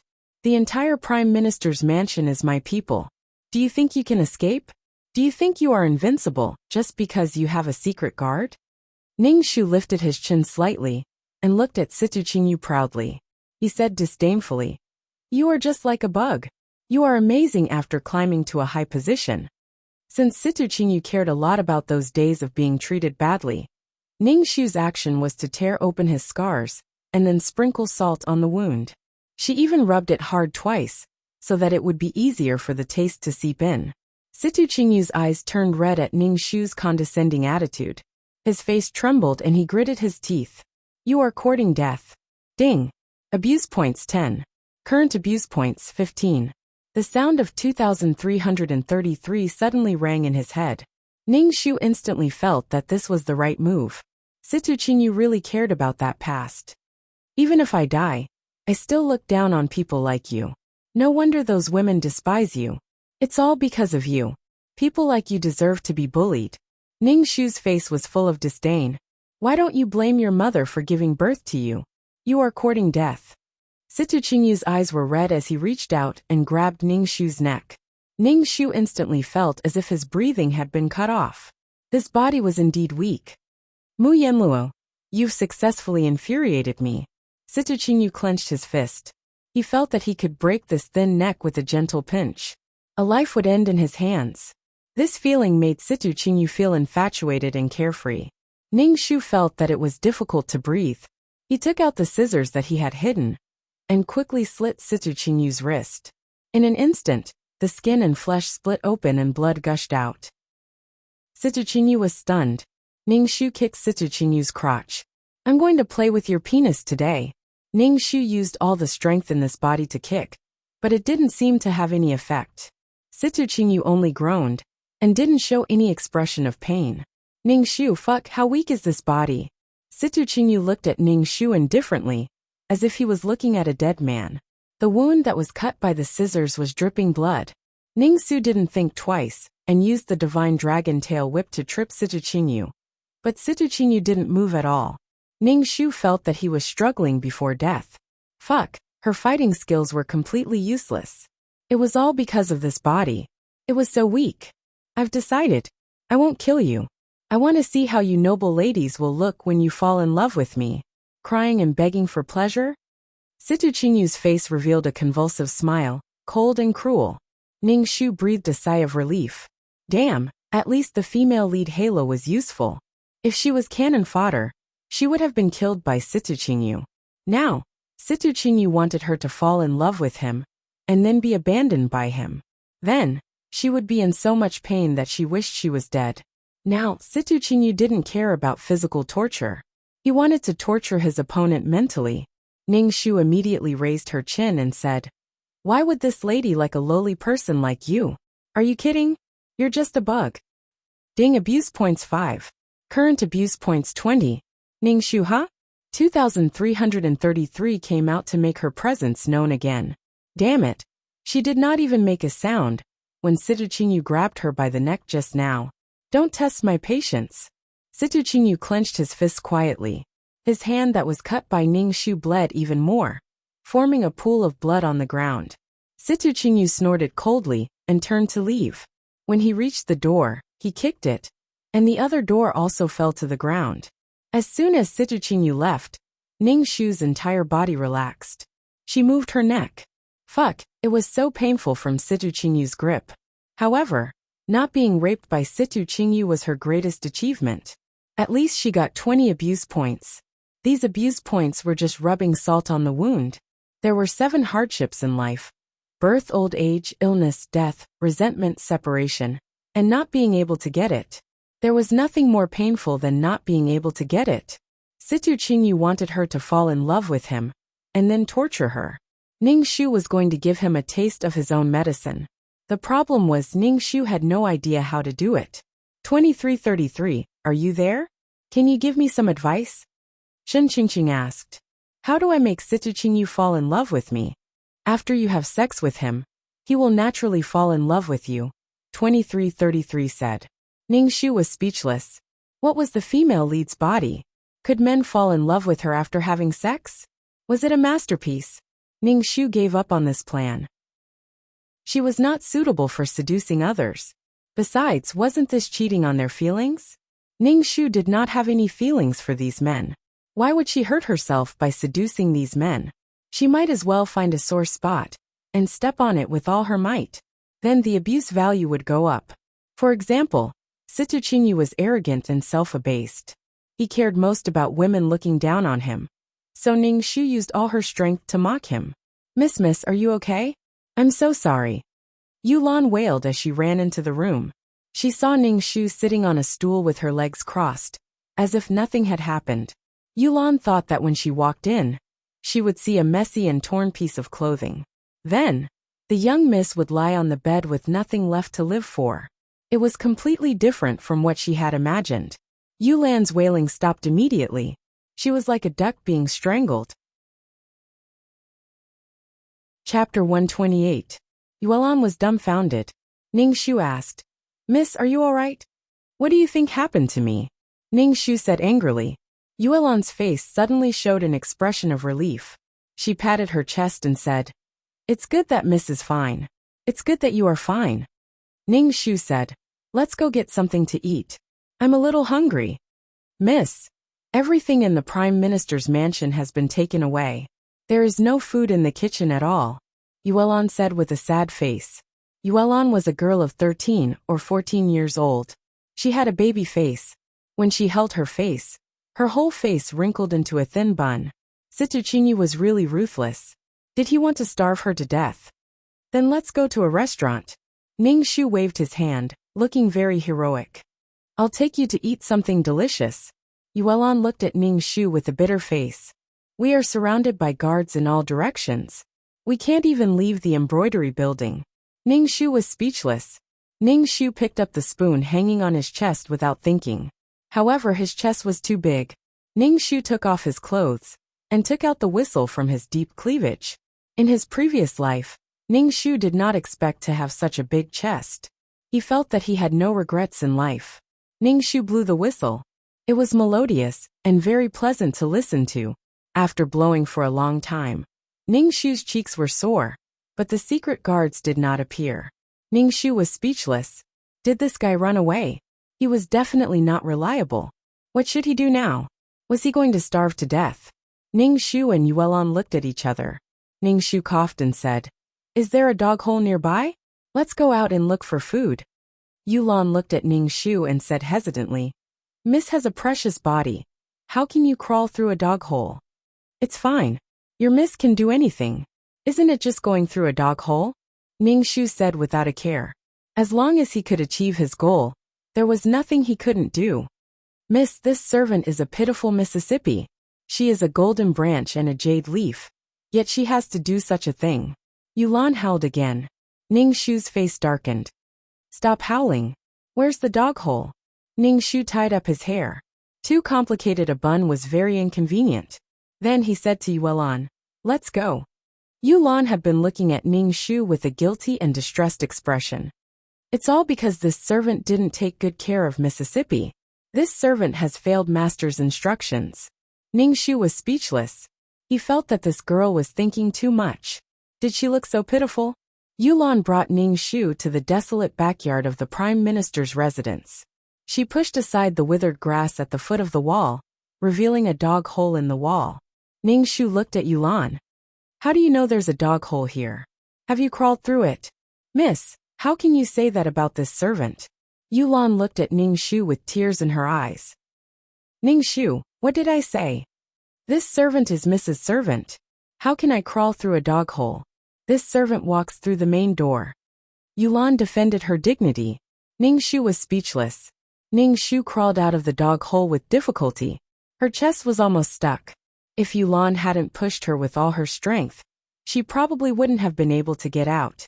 This was the first time she realized that having big breasts wasn't perfect. Ning Shu rubbed her chest. It hurt so much. Yulan crawled out of the dog hole easily. Seeing Ning Shu grimacing in pain, she hurried over to help Ning Shu brush off the dust and grass on her body. Miss, why do you have to humiliate yourself like this? Master will be heartbroken if he finds out, Yulan said. Ning Shu didn't care at all. How was this humiliating? Mu Yanluo in the plot was the one who was humiliating herself. She humiliated herself, and men humiliated her too. Moreover, it wasn't a man. Look, this is the noble and beautiful miss of a big family. How does it feel to crawl through a dog hole? Situ Qingyu's voice suddenly rang out. Ning Shu looked around. but didn't see Situchinyu anywhere. Miss he's up there. Yulan's teeth were chattering. Ning Shu looked up and saw Situchinyu standing on the wall in a blue robe. His long hair fluttered in the wind, and he looked very pretentious. Ning Shu brushed his messy hair and said indifferently, "It feels very convenient. Very good." Humph. Situchinyu snorted coldly. Then, he opened his arms and flew in front of Ning Shu. He really looked like a birdman. Ning Shu took a step back. Situchinyu stood in front of Ning Shu and said coldly, "You're very bold. How dare you sneak out of the mansion without my permission? Tell me, how should I punish you?" Ning Shu pulled Yuelan back a step and said, "Rape first and then kill first and then rape." Situchinyu's face twitched. He said in a low voice, "In your heart I'm a big sex fiend?" Ning Shu nodded without hesitation. "You're definitely the perverted sex fiend." Situchinyu sneered, "If I don't do anything, I'll be unworthy of this title." As Situchinyu spoke, he reached out to grab Ning Shu. Ning Shu shouted, "Look at my hidden weapon." Bah! Ning Shu directly spat at Situchinyu's face. Then, he pulled Yulan and quickly ran away. Situchinyu moved his body slightly and dodged Ning Shu's hidden weapon. His eyes were red as he watched Ning Shu run away. "Miss, please stop. I can't run anymore." Yulan looked like she was about to stop breathing. Ning Shu stopped and panted. He looked around and did not see Situchinyu's figure chasing after him. "Miss, it's really been hard on you." Yulan had not recovered from Ning Shu's fierce spitting. "Miss is gentle and noble. Now you've become like this. Master will be so heartbroken if he knows." "All right, don't be heartbroken. Where are we going to eat now?" Ning Shu saw the buns in the bun shop's drawer and drooled. "Boss, give me 2 steamers of buns." Go beggars get lost." The boss of the bun shop drove Ning Shu and Yulan away. Yulan immediately raised her eyebrows. "How dare you be so rude to my Mississippi? If you don't get lost, I'll beat you to death, beggars." The boss of the bun shop unceremoniously roared at Ning Shu and Yulan. His attitude was as bad as it could be. Ning Shu was puzzled. She was now the female lead. Wherever she went, there would be people helping her. Why was the boss of the bun shop so fierce to her? Why did it feel like they had a grudge? "Do you know who our miss is?" Yulan wiped the dust on Ning Shu's face with a handkerchief. She pushed her hair aside and showed Ning Shu's face. She asked the boss, look clearly who our miss is." The boss of the bun shop widened his eyes and said, "I don't care who you are. Buy buns if you have money. Get lost if you don't." Ning Shu was speechless. "Forget it. Let's go." Ning Shu looked at the increasing number of people around them. The female lead had a constitution of accidents. Something would happen wherever she went, and then attract attention. Chapter 129. Ning Shu didn't want to fight to the death with this bun shop owner. It was completely meaningless. There was more than one bun shop. However, Yuelan acted as if the bun shop owner had dug up her ancestral grave. She fought with the owner and insisted on defending her dignity as a young lady. Ning Shu didn't know whether to be moved or to knock her out and drag her away. "You 2 thieves, how dare you steal my buns and yell at me, little beggars." The bun shop owner looked at Ning Shu and Yuelan, the 2 women. She rolled her eyes and slandered Ning Shu and Yuelan for stealing her buns. Yuelan's eyes widened. "You're talking nonsense. When did the young lady and I steal your buns? Shame on you." Ning Shu still didn't know what this shop owner was thinking. Ning Shu was a pig. Ning Shu thought about whether she should sit on the ground and cry. "What's going on?" A dignified and domineering voice sounded. When Ning Shu heard this voice, her whole body trembled. A person who even had background music when he spoke was definitely the male lead. Ning Shu looked in the direction of the voice with a pair of myopic eyes. She saw a man with a feathered crown sitting on the back of a horse. He was wearing a brocade robe and a translucent white jade pendant on his waist. He held the reins in his hand. He was a still picture of a handsome man. He was handsome and well-dressed, elegant and distinguished. "This humble one greets the regent." The bun shop owner immediately knelt on the ground and kowtowed to the regent. The prince regent was that prince. Ning Shu was speechless. She was really unlucky. She just came out to get some food. She didn't even take out the money, and the bun shop owner chased her and Yuelan away. She even called them little beggars, and accused them of stealing buns. Now that she met this prince, Ningxu guessed that the next plot should be a hero saving the damsel in distress. The regent Luo Zhenyan. What's going on? Luo Zhenyan turned over and dismounted from the horse. His movements were noble and elegant. When Yulan saw that someone was in charge, and that this person's status was not low, she quickly said, "This snobbish boss wrongly accused this servant and young miss of stealing her buns." "Miss," Luo Zhenyan looked at Ningxu, who was filthy and had messy hair. "Which family are you from?" "My miss is." Yulan wanted to speak, but Ningxu covered her mouth. Ningxu coughed and pinched his neck. "I'm not a Mississippi." Ningxu not only raised her voice, but also looked at Luo Zhenyan with a pair of myopic eyes. Since she was already so unkempt, she might as well pretend to be a little beggar. If she had a pair of clear eyes, wouldn't she be exposed? "We'll be leaving first." Ningxu pulled Yulan and hurriedly left. "Wait a minute." Luo Zhenyan stopped Ningxu and said, "You haven't even gotten to the bottom of this matter. Are you willing to bear the crime of theft?" Ningxu wanted to say that she didn't care at all. She didn't steal any buns at all. The male lead was really too free to care about the buns. The attraction between the male and female leads was undeniable. The plot always brought them together. "Tell me, did the two of them steal your buns?" Luo Zhenyan looked at the bun shop owner indifferently. Under Luo Zhenyan's aura, the owner trembled and couldn't even speak clearly. Ningxu completely understood. This bun shop owner was the NPC that allowed her and Luo Zhenyan to meet. The NPC that allowed Luo Zhenyan to save the damsel in distress. Ningxu's heart went numb. The plot was indeed powerful. She hadn't been sent to Luo Zhenyan by Situqingyu yet. She had snuck out to look for something to eat. And in the end, she met the male lead. No wonder Mu Yanluo couldn't escape these men for 3 lifetimes. Haha. I want to hear the truth. There are so many people here. If you dare to lie, you can go to jail. Luo Zhenyan's voice was very authoritative, making people want to submit to him. The bun shop owner knelt on the ground, his face pale. He stuttered and said, "They didn't steal the buns. This commoner is framing them." You're really bad." "I knew it." Yuelan was full of contempt for the shop owner. Ningxu said, "Now the truth is out.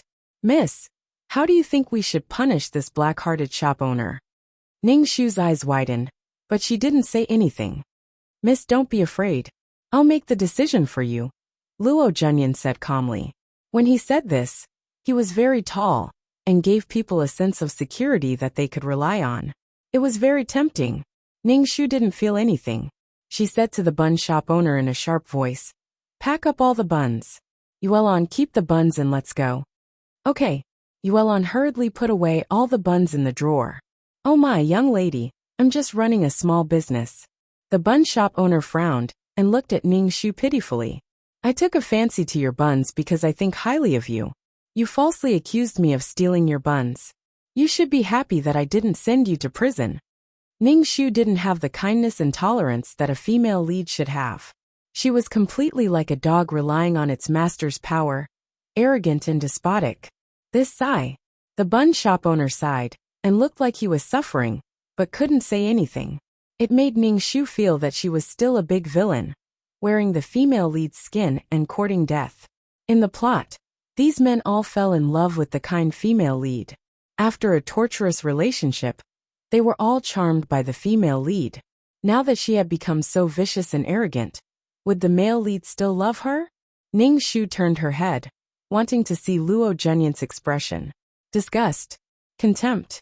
In the end, she met Luo Zhenyan's half-smile and amused gaze. Ningxu clutched her chest and almost vomited blood. She was already humiliating herself like this. She couldn't be a kind female lead at all. Was this idiot's eyes covered with shit? "Miss, the buns are packed." Yuelan took away all the buns. Yuelan and Ningxu were both holding buns in their hands. Ningxu was still eating a bun. Her face was dirty, and coupled with the way she was wolfing down her food, she looked extremely ugly. "Miss, are you leaving just like that?" Luo Zhenyan stopped Ningxu again. Ningxu was very impatient and said coldly, "What do you want? I'm your savior. You're leaving just like that?" Luo Zhenyan frowned, his aura domineering. Ningxu thought for a moment, and took out a bun for Luo Zhenyan to repay him for helping her out. However, the bun accidentally fell on the ground and rolled twice. Ning Shu smiled apologetically and hurriedly picked up the bun on the ground. She wiped it on her clothes and stuffed it into Luo Zhenyan's mouth, saying, "Take this bun as your reward for helping me." The bun fell on the ground and then rubbed against his dusty clothes. Luo Zhenyan hurriedly spat out the bun in his mouth, feeling disgusted. Chapter 130. Luo Zhenyan frowned. "No one has ever treated me like this. Woman, you've successfully pissed me off." When Luo Zhenyan spoke, his mouth tasted like a stuffed bun. Ning Shu and Yuelan took a step back at the same time, distancing themselves from him. "Then what do you want? Could it be that you want this little girl to repay you with her body?" Ning Shu pulled Yuelan away. Luo Zhenyan looked at the backs of the two women and muttered, "Interesting, interesting." He was the Prince Regent. Women would throw themselves at him when they saw him, but this woman had such an attitude. She wanted to welcome him but rejected him. Haha. Yuelan ate the bun and saw that Ning Shu's expression was not good. She said, "Miss, that person is really a good person. He even helped us out." "Good person?" Ning Shu sneered in her heart and said, "Eat your bun." Luo Zhenyan was not a good person. In the plot, he saw Mu Yanluo at the Prime Minister's residence and was shocked. He asked Situ Qingyu for Mu Yanluo. At that time, Mu Yanluo and Situ Qingyu had already slept together. When she was given to Luo Zhenyan, she was already pregnant. However, it was too early for Mu Yanluo to notice. With a beauty in his hands, he wanted to have a taste. Luo Zhenyan did not care about Mu Yanluo's dead heart and the pain of being betrayed by the person she loved. He immediately slept with Mu Yanluo, only to find out that she was no longer a virgin. He immediately pulled out heartlessly. It was an extreme insult to Mu Yanluo, and he even whipped her. To Luo Zhenyan, he was a prince with a noble status and had slept with many women. In the end, Mu Yanluo ended up being called a chastity demon. It was a disgrace. Luo Junyan continued to torment Mu Yanluo. Luo Junyan felt that Mu Yanluo was an unclean and slutty woman. To think that he had been infatuated with Mu Yanluo's beauty. In the end, all he got was a broken shoe. Luo Zhenyan never thought that Mu Yanluo, a woman, could not control her own fate. She was raped by Situ Qingyu and did not even have the strength to resist. Luo Junyan would only blame Mu Yanluo for losing her virginity. His pride as a man made Luo Junyan furious, and he vented all his anger on Mu Yanluo. Later, when he found out that Mu Yanluo was pregnant with a bastard child, he was so angry that he wanted to die. He immediately fucked Mu Yanluo cruelly, causing her to have a miscarriage. Luo Junyan did not stop his assault on Mu Yanluo. Instead, he stared at the blood and became even more excited. He felt an unprecedented excitement. It was a pity that Mu Yanluo had suffered. She had lost her child and was raped by someone else. She couldn't be more miserable and had almost died. But the female lead would be fine no matter how much he tortured her. The prince carried the unconscious Mu Yanluo and roared at the imperial physicians, "You must cure her. If you can't, you will be buried with her." The female lead's body was like a poison. As long as they had sex, a man's heart would only have the female lead. After having sex with other women, they would lose interest. They were just short of impotence. Although Mu Yanluo had been cured, her heart was already riddled with holes. She had been betrayed by her lover, lost her child, and was raped by another man. Mu Yanluo was a woman from ancient times and valued her chastity very much. But fate was cruel. Mu Yanluo hated Luo Junyan to the core and started a torturous love story. But Luo Junyan was infatuated with the female lead's body. Moreover, he always chose to do it when Mu Yanluo was on her period. He was infatuated with the feeling of fighting a bloody battle. It was as if he had opened the door to a new world. In terms of perversion, even a general could not compare to the prince. Therefore, when Ning Shu heard Yuelan say that the prince was a good person, he almost vomited blood. Both of them were rapists. How could they be considered good people? Basically, every time Mu Yanluo met a man, she would be tortured to a pulp. But the man was infatuated with Mu Yanluo's body. What a filthy world. It felt like the entire world was filled with hormones. Ning Shu ate 5 buns in a row and burped.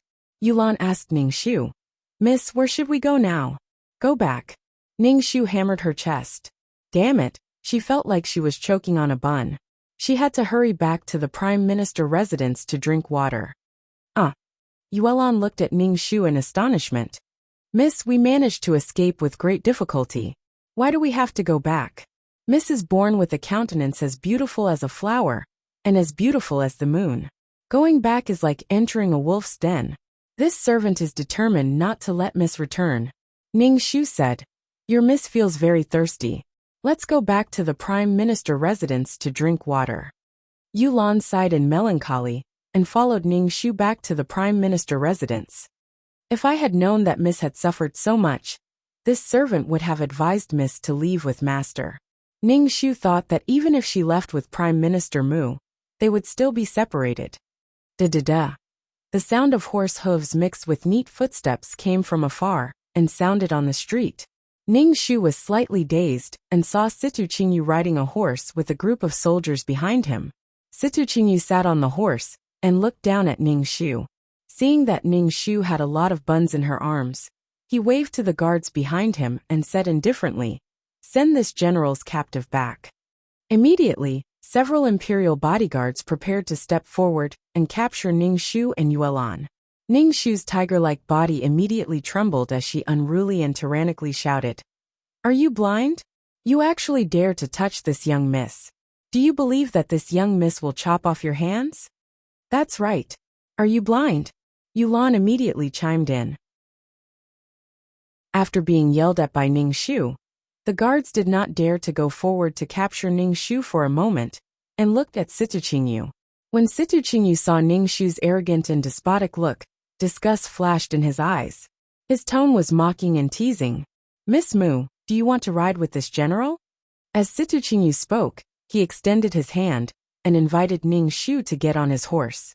Ning Shu must be out of her mind to ride on the same horse as this person. Ning Shu said indifferently, "This miss will walk on her own." "Ha ha ha." Situ Qingyu smiled indifferently. "In that case, you can run with the group. Aren't you very fast? What if you can't keep up with the group?" Situ Qingyu pointed at Yulan. "This girl beside you will become a military prostitute." "Mississippi." Yulan's voice trembled as she looked at Ning Shu with tears in her eyes. Ning Shu immediately said, "Don't worry, your miss can keep up with the group. It's fine. Men, tie her up." Situ Qingyu smiled at Ning Shu, revealing his white teeth. "This general will personally lead her." Ning Shu was speechless. What was wrong with her? A guard took out a rope, and tied it around Ning Shu's wrist. He tightened it, and tied a knot before handing the other end of the rope to Situ Qingyu. "You can run behind this general. If you can't run fast enough, this general can only drag you along. That would be a pity for your porcelain skin." Situ Qingyu said indifferently, as if he was saying that the weather today was not very good. Chapter 131. When Ning Shu heard that this bastard was going to drag her along, she ran behind with her own 2 legs. If she couldn't run fast enough, she would be dragged along. If she rubbed against the ground, she might even lose her life, not to mention her skin. This was definitely revenge for her spitting on him. As a general being spat on, even with Situ Qingyu's overflowing self-esteem, he would still kill her. She was wrong. How could Luo Zhenyan compare to Situ Qingyu's perverted personality? There was always someone better. Situ Qingyu's mentality was definitely more twisted than Luo Zhenyan's. "It's not too late to beg for mercy, Miss Mu. You don't seem to realize your status. You're no longer the daughter of the high and mighty Prime Minister, but my captive. I can decide your life and death, so don't do anything that makes me unhappy." Situ Qingyu's pupils trembled slightly. It was obvious that he was not as calm as he appeared to be. He was probably angry inside. Ning Shu hated this man to death. So what if he was capable? He only knew how to bully women and children. What was so great about him? Ning Shu called out to 2333 in his heart. 2333, give me a gun. I want to kill this bastard. Ning Shu, moi, you have a gun. 2333's voice rang in Ning Shu's head. Ning Shu was very happy. Then give it to me quickly. I can't stand this bastard. Sure, 2,000 points. You don't have any points, so you can't exchange for it. 2333 said directly. Ning Shu gritted his teeth and said word by word. I'll pay on credit. Sorry, you can't use firearms or similar firearms. If you take out something that transcends time, it will cause chaos in space and affect the stability of the entire plane. 2333 guided him patiently. Your role is to repair the plane, not destroy it. Understand? Understand your ass. Ning Shu almost vomited blood. Ning Shu wanted to ask 2333 about other things, but suddenly a voice rang out. General Situ, what are you doing? When Ning Shu heard this voice, he immediately curled his lips. However, Yuelan, who was beside him, was happy. Ning Shu said excitedly in a low voice. Miss, it's that prince from before. We are saved. Ning Shu glanced at her. You're too naive. Luo Zhenyan rode over. Seeing Ning Shu's hands tied up, he raised his eyebrows and asked Situ Qingyu. What did she do? Greetings, Your Highness. This female slave is my captive. She sneaked out of the residence and I've captured her. Situ Qingyu said to Luo Zhenyan in a manner that was neither servile nor overbearing. Luo Zhenyan narrowed his eyes slightly and said lightly, Since she is a female slave, how about you give her to me? His Majesty has just conquered Donghua Nation. It is time to pacify the people. General, you should not do such a cruel thing. Just give her to me.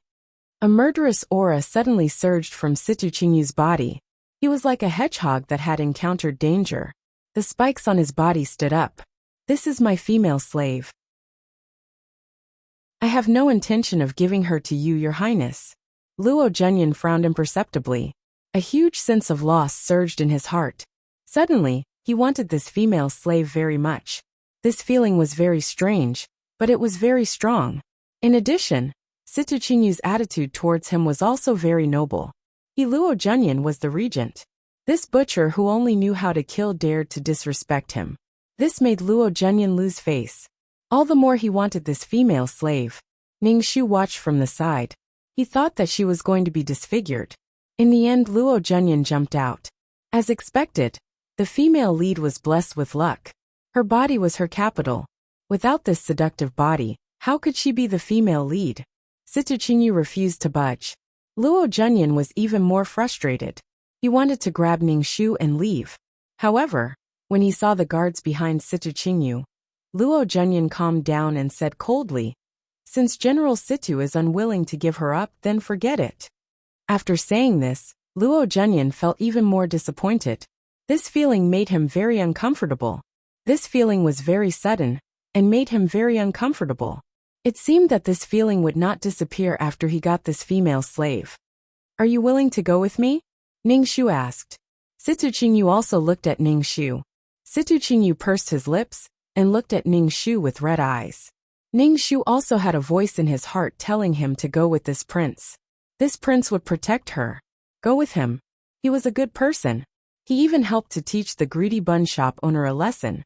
Ning Shu's heart skipped a beat. This was the plot. From the Prime Minister's residence to the prince's residence. There was a slight change in the plot. Situ Qingyu did not hand her over to Luo Zhenyan, but gave her the choice. Deep down, he wanted her to go with the prince. Ning Shu sneered in his heart. You want me to go with Luo Zhenyan? I will not go with him. Ning Shu said. I am the general's female slave. Of course, I will follow the general. Situ Qingyu and Luo Zhenyan were stunned. Situ Qingyu's face flashed with surprise. He thought that Ning Shu would go with the regent. Disappointment appeared on Luo Zhenyan's face. He wanted to say something, but Ning Shu said directly, I am the general's woman in life and the general's ghost in death. Situ Qingyu's eyes trembled. He was more confused. Luo Zhenyan's face was cold. He pulled the reins and turned to leave. He even turned back to look at Ning Shu. His gaze was strange. After Luo Zhenyan left, Situ Qingyu looked at Ning Shu and asked, Is what you said just now true? Ning Shu rolled his eyes at him and asked, What? Situ Qingyu's face instantly twisted. I wanted to untie you, but now it seems that there is no need. Let's go. Situ Qingyu pulled the reins. Ning Shu could only follow. Hurry up. Situ Qingyu pulled the reins. Ning Shu stumbled forward and hurriedly sped up. Ning Shu was glad that Situ Qingyu did not let the horse run. If that was the case, her 2 legs would not be able to outrun the horse's 4 legs. Ning Shu walked back to the Prime Minister's residence with 2 legs. Yuelan, who was beside him, looked at Ning Shu with heartache. She looked at Situ Qingyu, who was sitting on the horse, with disgust. When they reached the entrance of the Prime Minister's residence, Situ Qingyu got off the horse and walked to Ning Shu. He untied the reins on Ning Shu's wrists and said sarcastically, "Miss Mu really knows how to seduce men. You just went out of the residence and seduced the Prince Regent to bring you back to the residence." He said it as if he was jealous. Tsk. Ning Shu moved his wrist, which was not circulating blood. Situ Qingyu saw that Ning Shu ignored him and went straight into the Prime Minister's residence. He walked over and grabbed Ning Shu's wrist. His other hand pressed against the wall behind Ning Shu. It was an extremely ambiguous position. Chapter 132. Situ Qingyu's body exuded a strong aura of hostility. After the Capitan, he almost hugged Ning Shu in his arms. When he looked down at her from above, it made her heart beat wildly. Ning Shu. Oh, this position. She didn't expect to be flirted with as the female lead. But could it be someone else? She was flirted with by a psychopath. She felt very depressed. Situ Qingyu was indeed an expert at controlling people's emotions. He had been so cruel just now, tying her up and dragging her away. Now he was acting in such an ambiguous and domineering manner. It was so hot and cold that one couldn't control it at all. But Ning Shu only wanted to have a gun and shoot this guy in the head. Situ Qingyu said faintly, his tone still at a loss. "Is what you said before true? You're my man? Even in life and death?" "It's fake," Ning Shu said without thinking. Situ Qingyu's expression instantly turned ugly. Ding. Abuse points 10. Current abuse points 30. 2,333 reported. Ning Shu was stunned for a moment. Seeing Situ Qingyu's hurt expression, if it was the female lead, her heart would probably ache. After all, the female lead was so hot and kind. Ning Shu said, "Why would I like a person who kills people like scything flax? You have a dark mind. I'd rather like a dog than a person like you." Situ Qingyu looked at Ning Shu maliciously. "You're lighting the fire," was the next sentence. "You're responsible for extinguishing the fire you started? Look, there's an idiot over there." Ning Shu pointed behind Situ Qingyu. Situ Qingyu frowned and looked at Ning Shu. "There really is an idiot. Turn around and look," Ning Shu said with certainty. Situ Qingyu turned his head. Ning Shu immediately crawled under his arm and ran away with Yuelan. Situ Qingyu was speechless. Ning Shu and Yulan ran back to the embroidery building. Yulan panted as she placed the steamed buns in her arms on the table. Ning Shu asked, "Miss, why didn't you go with that prince and return to this wolf's den?" "Miss, this servant really doesn't understand what Miss is thinking." "What's the difference?" One was a wolf's den, while the other was a tiger's den. Ning Shu drank a large cup of water and picked up a bun to eat. He said, "Your miss has her reasons." Pung. A black shadow jumped in through the window and rolled on the ground twice.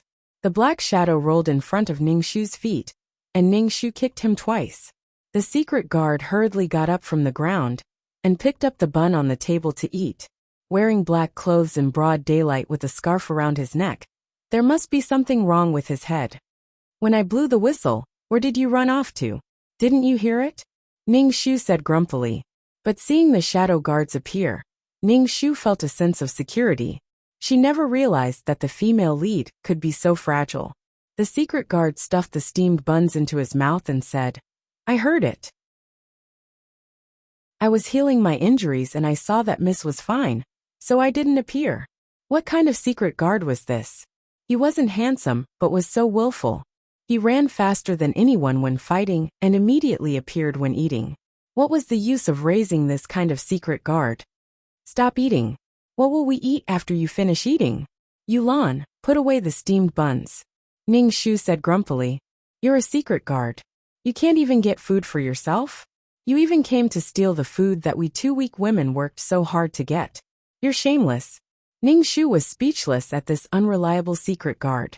The secret guard swallowed the steamed bun and covered his face with the black scarf, revealing a square forehead and a pair of eyes. Ningxu felt very anxious when he saw this. He felt that this unimportant cannon fodder looked really casual. "Miss, if there's anything, just blow the whistle. I'll appear immediately," secret guard Ningxu said. The moment he opened his mouth, there was the smell of leeks. Ningxu was speechless. She had also blown it. The last time she wanted the shadow guard to get her and Yulan some food, she was almost out of breath. This guy didn't even come out. It was clear that this shadow guard was not reliable at all. Ningxu thought for a moment, then took out a silver note and said, "Take this money and send some food to Yulan and me every day. Also go buy food. Don't wear black clothes anymore. Go, I don't want to see you now." Ningxu waved his hand. The secret guard stuffed the silver note into his arms. Ningxu said again, "Go to the bank to exchange for some broken silver. Don't take the silver note directly to buy things." The secret guard nodded and said, "I understand." Ningxu. He felt that this guy was unreliable.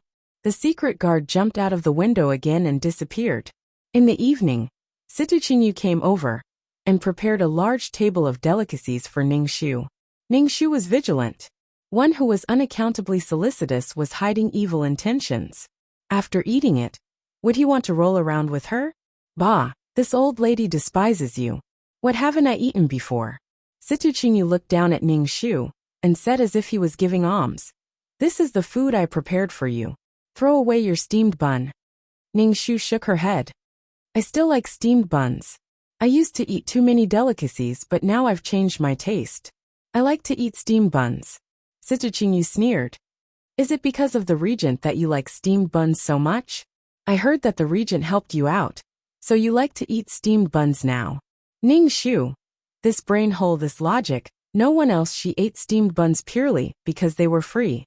When Situchinyu saw Ningxu's silence, it was obvious that she had acquiesced to his words. His eyes turned red and he roared, "Mu Yanluo, how dare you look down on this general? You have to eat today whether you want to or not." Ding abuse points 5. Current abuse points 35. 2333. Ningxu was not used to the system having such a strong presence at all. The previous system was silent from beginning to end, but the updated system kept popping up from time to time, which annoyed Ningxu to no end. As if sensing Ningxu's annoyance, 2333 felt wronged and said, "I'm letting you know the progress of the mission. How can you dislike me so much? I'm so sad, sob sob sob." Ningxu heard the system's cries and shuddered. Fuck, this system is so cheap. Ningxu basically did not do anything. And then the abuse points reached 35. These abuse points were all caused by Situchinyu's own self-abuse. He was sensitive and had an inferiority complex. Any action could make Situchinyu feel uncomfortable, and any action could touch the darkness in his heart. TSK TSK TSK. Sure enough, he couldn't be the male lead if there was nothing wrong with him. Ningxu raised her chin and looked at the dishes on the table. She said disdainfully, "This is nothing. I used to eat these every day, and I've long been sick of them. Now that you're taking these out, it's a disgrace." Situchinyu's face was livid. He looked at Ningxu and said maliciously, "Every time I see you acting so high and mighty, I want to trample on your pride and make you crawl under my feet." He had an inferiority complex, but he couldn't bear to see others being proud. Chapter 133. In the end, Situchinyu was so angry that he flipped the table. The dishes and plates on the table fell to the ground. Broken porcelain and all kinds of vegetable soup were mixed together. It was a mess. Damn, so what if you're strong? I can still flip the table if I master a peerless martial art. Guard this courtyard well. Don't send food inside. Situchinyu roared at the guard at the door, then turned to Ningxu and said coldly, "Since you don't want to eat, don't eat in the future." Ningxu snorted proudly and looked at Situchinyu with contempt and pity. Situchinyu's aura became violent and he said maliciously, "You don't want your eyes anymore. How dare you look at me like that?" Situchinyu sneered and said, "It's said that you can get a woman's heart if you get her body. Don't be so proud now." When I get on top of you, you'll cry and beg me to get on top of you. Ningxu was speechless. Situ Qingyu walked toward Ningxu with lust in his eyes. Obviously, he wanted to rape Ningxu. Ningxu looked at Situ Qingyu without changing his expression and said indifferently, "You smell like leftovers." When Situ Qingyu flipped the table just now, the soup spilled on him. Situ Qingyu's face was livid. "Mu Yanluo, you've challenged my patience time and time again. I'll make you pay the price." With that, he turned and left. Ningxu curled her lips. She was really an extremely arrogant person. But at the same time, she was also an extremely self-abased person. Situ Qingyu didn't let anyone send food to the embroidery building. Sure enough, no one sent food in for several days. Ningxu and Yuelan ate steamed buns every day. Sometimes, the square-faced shadow guard would bring in some food. Ningxu's life was comfortable. Situ Qingyu thought that Mu Yanluo would come back to beg him, but she didn't come for several days. Seeing Ningxu alive and kicking, Situ Qingyu sneered. This woman still had a shadow guard. Situ Qingyu said maliciously, "If I kill your secret guard, what will you rely on?" Ningxu chuckled and refused to talk to the lunatic. Situ Qingyu's expression turned cold. "I really don't know what you're so proud of. You're no longer the prime minister's daughter, or the noble lady of Donghua Nation. You're my captive, my slave. Your life is in my hands. What you should do now is to please me and offer me your body instead of disobeying me like this. The consequences may not be something you can bear." Situ Qingyu looked at Ningxu from above. Ningxu was speechless. He felt too good about himself. Situ Qingyu saw that Ningxu was stubborn and wanted to force himself on Ningxu. Ningxu blew the whistle without hesitation. A shadow guard in black jumped in through the window. Situ Qingyu looked at the guard coldly. "If I don't kill you today, I won't be Situ." The two of them fought together. This time the guard didn't run away first. Instead, he fought with Situ Qingyu and used his true abilities. It seemed that he was evenly matched with Situ Qingyu. "General, the regent is here. He's waiting for you in the front hall." The guard outside the door shouted to Situ Qingyu. Situ Qingyu was slightly stunned. The shadow guard took advantage of this and slapped Situ Qingyu. Situ Qingyu groaned and covered his chest. He wiped the blood from the corner of his mouth and looked coldly at the shadow guard and Ningxu. Very good, very good." The shadow guard jumped out of the window and ran away. Situ Qingyu glanced at Ningxu and turned to leave. Ningxu patted her chest and said, "I finally dodged a calamity. Miss, let's get out of here. It's too dangerous," Yuelan said with a pale face. Ningxu let out a long breath. After a while, a maid came over to Ningxu and said, "The general asked you to go to the front hall. His Highness wants to see you. The general said that you should dress sloppily." Luo Zhenyan wanted to see her? Dress sloppily? "Yuelan, come and help me dress up. Make me as beautiful as possible," Ningxu said to Yuelan. Yuelan immediately said, "Okay." Yuelan hoped that the regent could take her miss away from here. The maid heard Ningxu's words and quickly said, "The general said that you should dress sloppily and put some dust on your face." Ningxu and Yuelan ignored her. Under Yuelan's skillful hands, Ningxu looked at her own face. She was so beautiful that she didn't dare to look directly at it. Ningxu felt that he was about to be mesmerized by this face. The maid looked at Ningxu in a daze, then shook her head and said, "You can't do this. The general will kill you." "It's okay. Lead the way." Ningxu clamped her buttocks tightly, not allowing her waist to sway. She walked towards the front hall elegantly. Ningxu walked into the front hall. The atmosphere was not very good. Situ Qingyu's face was cold and Luo Zhenyan had a faint smile. The conversation between the two was very unpleasant. Seeing Ningxu come in, Situ Qingyu and Luo Zhenyan were stunned. Situ Qingyu's face immediately darkened. He knew that the regent came for Mu Yanluo and told her not to stand out too much. But now she was so beautiful, cold and charming, with exquisite makeup. Situ Qingyu's heart was full of anger. He looked at Ningxu as if he was looking at his prey, as if he would be torn apart by Ningxu in the next moment. Luo Zhenyan looked at Ningxu, his eyes full of amazement. His gaze was domineering and lingering, and there was a kind of determination in his eyes. He didn't expect this female slave to be so beautiful. She was really devastatingly beautiful.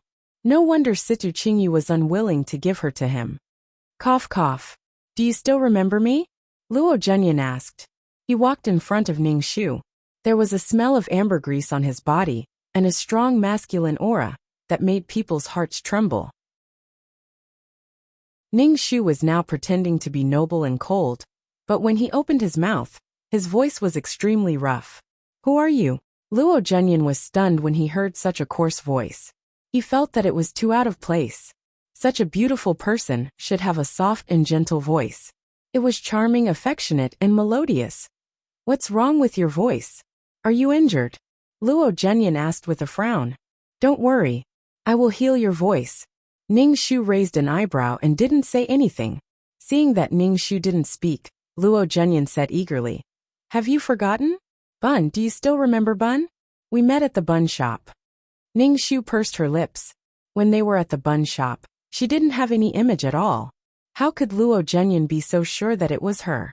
Sure enough, he had taken a fancy to Mu Yanluo's beauty. But after getting her, he treated her like dirt, raped her, and sexually abused her. Basically, when Mu Yanluo was on her period, it was Luo Zhenyan's exclusive time. What a unique taste. Leave, Situ Qingyu said coldly to Ning Shu. Before Ning Shu could speak, Luo Zhenyan said, Situ Qingyu, I am here to take her away today. Situ Qingyu sneered. Your Highness, she belongs to me now. Are you going to snatch her away? Oh hee hee, was he going to snatch her away now? Chapter 134. Situ Qingyu didn't want Ning Shu and Luo Zhenyan to leave at all. This was somewhat different from the plot. Ning Shu understood after thinking for a while. Situ Qingyu hadn't gotten her body yet. What he couldn't get was good. If he got it too easily, he wouldn't cherish it. Now there was a prince regent who obviously had bad intentions. His status was higher than his power was greater than his, and he was as handsome as him. Situ Qingyu immediately felt a sense of crisis in his heart. For the sake of his male dignity, he had to go all out. Food was for the fragrance, and women were for the beauty. Humans were indeed despicable. Luo Zhenyan said domineeringly, such a beauty should be taken good care of, and not suffer under the hands of a butcher like you.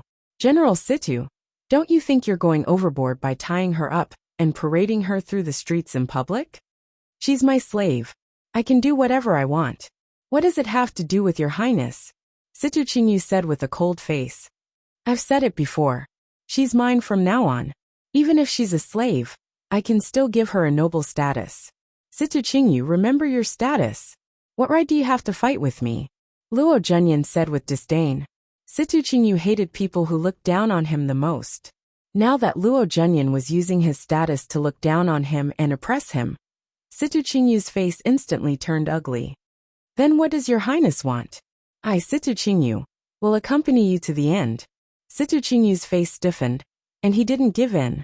Ning Shu watched the two men fight from the side. As the person involved, she didn't have the right to speak. It was quite miserable. Ning Shu immediately looked at the two of them with a teary expression. She grabbed the clothes by her chest and looked like she was hurt. She said sadly, you can do this. I'm a human, not a thing. I have my own thoughts. Why are you fighting over me? Can't you show me some respect? Ning Shu wiped her tears and ran away with small steps, not caring if the people in the room were fighting or being gay. Miss, wait for the servant.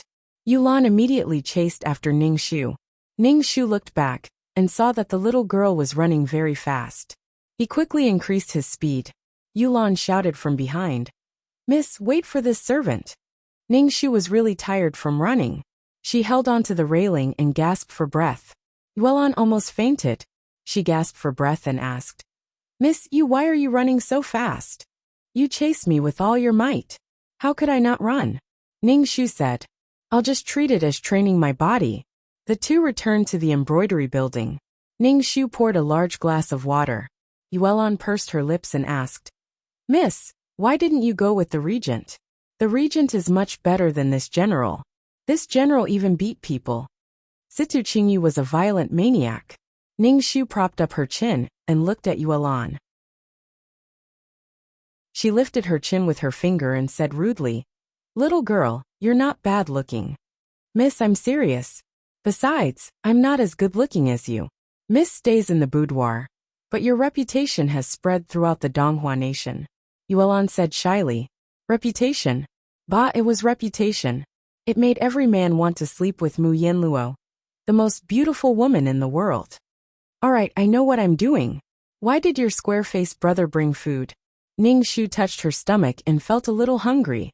Miss, what are you talking about? What square-faced brother? The secret guard is not my brother at all. Yuelan immediately said. I don't have such an ugly brother. Ning Shu was speechless. Ning Shu turned around and saw the secret guard climbing the window and entering the room. He probably heard what Yuelan said. The secret guard threw the food on the table and snorted at Yuelan. She was talking behind someone's back and was heard by someone. Yuelan blushed and didn't say anything. Ning Shu comforted her and said, Yuelan was just joking. You're not ugly. You're unique. I've never seen such a square face like yours. What a square face, so square. I reckon you're the only one in the world who looks like this. You should be proud. The secret guard was speechless. The secret guard glanced at Ning Shu and Yuelan with his exposed eyes and jumped out of the window. Yuelan was a little uneasy. She asked Ning Shu, who was eating a chicken. Miss, the secret guard won't be angry and ignore us because we said he's ugly. Ning Shu sucked the meat on her finger and said calmly, It's okay. I just comforted him. Yuelan looked at Ning Shu. Miss, were you comforting him? I think you're rubbing salt on his wound. It was unknown if it was because of Ning Shu's declaration that she was the female lead, but Situ Qingyu looked at her with a complicated gaze. Ning Shu's intestines were in a knot, but her face was noble and cold. I'm so cold and fragile. Do you have the heart to hurt me? Now that Situ Qingyu didn't restrict Ning Shu's movements, he allowed her to wander around the Prime Minister's residence. When it was time for dinner, someone sent food over. Yuelan was dumbfounded. She couldn't understand the feeling of going from hell to heaven. Not only was Yuelan dumbfounded, but Ning Shu was also baffled. Could it be that Situ Qingyu was going to take the warm route?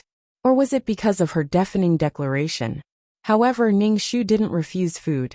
She also accepted the jewelry that Situ Qingyu sent over. Then, she turned around and asked the secret guard to sell them for money.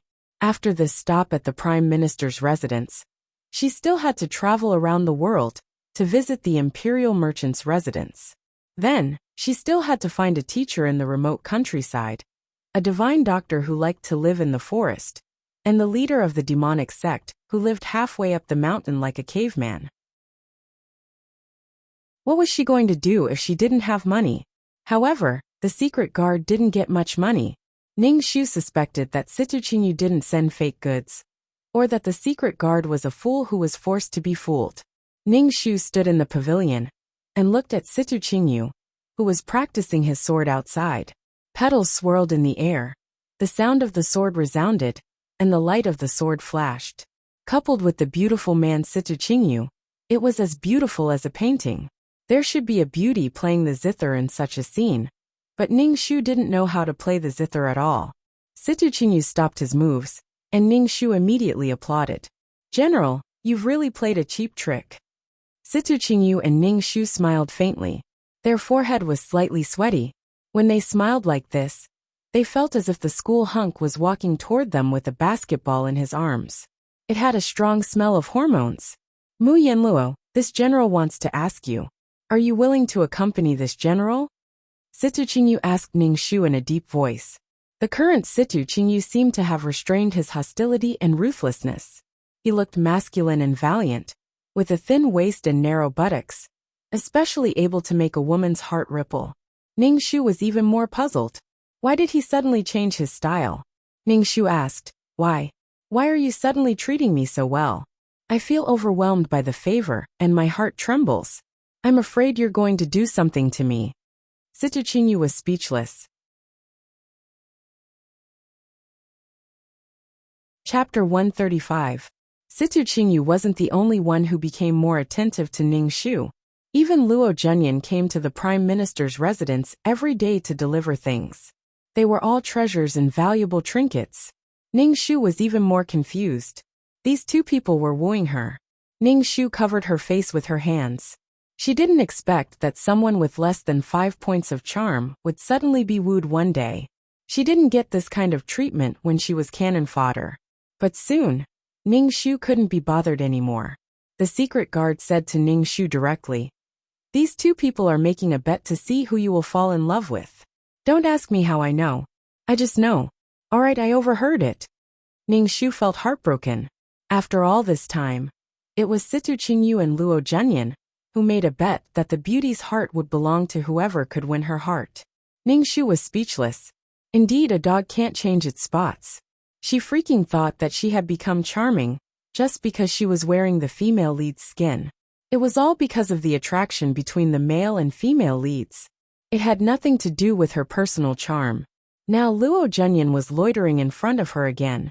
Ning Shu looked at Luo Zhenyan in front of her silently.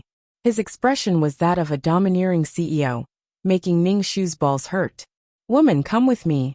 I can give you a noble status and a richer life." Luo Zhenyan reached out his hand to Ning Shu. "I will love you dearly. I heard that there are more than 30 concubines in the prince's residence. If I go to the prince's residence, won't they eat me up?" Ning Shu looked terrified and helpless. She shook her head and said, "There aren't that many women here. I'm willing to scatter my harem for you. I only want you," Luo Zhenyan said excitedly. Luo Zhenyan said agitatedly. His saliva almost splashed onto Ning Shu's face. Ning Shu hurriedly covered her face with a handkerchief, revealing a pair of watery eyes.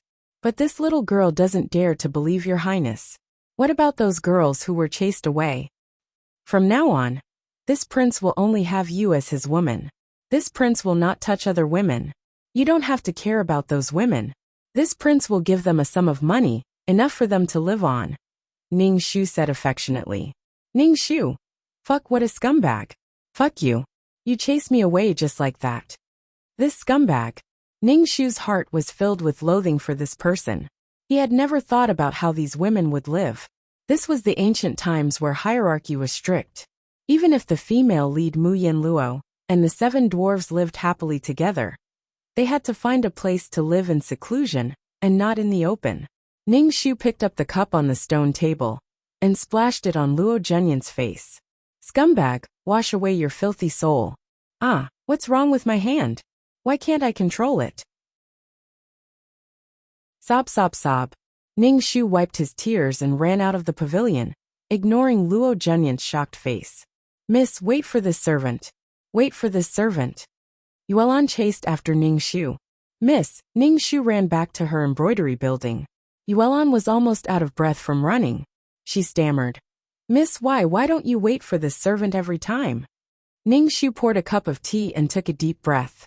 She said to Yuelan, "Your miss is going to leave this place. What are your plans?" "This servant will follow Mississippi. This servant is Mrs. Person in life, and will be Mrs. Ghost in death. Miss, please don't leave this servant behind." Yuelan's expression was heroic and stern. Ning Shu didn't want to be entangled with these two people anymore. She wanted to leave as soon as possible. But before she left, she had to teach the general and the prince a lesson. She didn't get raped by these two people. Half of the mission was completed. At least to some extent, she had avoided the plot. She couldn't delay any longer. If these two lost their patience and raped her, Ning Shu wouldn't be able to find a place to cry. Ning Shu took out the whistle that was tucked deep in her cleavage and blew it. After a while, a black-clothed and masked shadow guard came in through the window. Ning Shu looked at his disguise. It was bad enough that he was ugly, but how could he ruin himself like this? "You're hopeless. Shadow guard, go prepare a carriage and some dry food. We're leaving." Ning Shu looked at the shadow guard seriously and said, "The fates of the 3 of us are in your hands. Do your best." The shadow guard looked at Ning Shu. "Why do you want to leave? I think these 2 are dragons and phoenixes. They both like you now. Why do you want to leave? You don't understand love at all." Ning Shu raised his chin. His face was melancholic and haggard. The shadow guard's eyes swept over Ning Shu's face and said disdainfully, "You've lost your mind." Then she jumped out of the window. Ning Shu was eating dinner when Situ Qingyu came.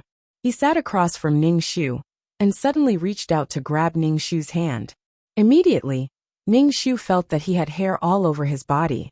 Ning Shu didn't say anything. He just silently wanted to pull his hand back. Situ Qingyu held Ning Shu's hand tightly. Ning Shu tried to pull his hand back, but Situ Qingyu immediately let go of Ning Shu's hand. Then with a slap, Ning Shu's hand hit his own face, and then fell to the ground. "Miss, are you okay?" Yuelan immediately came up to help Ning Shu. Ning Shu felt that his butt was numb, but his face looked noble and indifferent. Ning Shu thought, this damn bitch. "Why are you looking for me?" Ning Shu secretly rubbed his butt. Situ Qingyu looked at Ning Shu with a pair of blurred and painful eyes. This gaze made Ning Shu's body tremble. Oh my, what a touching gaze. Situ Qingyu wanted to hold Ning Shu's hand again, but Ning Shu immediately put his hand behind his back. Situ Qingyu said, "Yanluo, are you still angry at me for bullying you before? Is that why you're so cold to me now?" "Yes." Ning Shu shook his head and said, "Yanluo knows that the general doesn't like women. In the past, women made me eat shit and lick shoes. I've been abused a lot, so I can understand why the general treats me like this. However, Yanluo feels wronged. After all, Yanluo didn't have you, didn't make you eat shit, didn't make you lick shoes, didn't make you bark like a dog, didn't ride you like a horse, didn't treat you like a human, so Yanluo feels wronged." Ding! Abuse points 5, 10, 20. Current abuse points 70. 2333 sounded very excited, although he didn't know why a mainframe would be so excited. Ning Shu saw that Situ Qingyu's face was trembling violently, and his eyes were red. When he looked at him, there was an uncontrollable murderous intent in his eyes.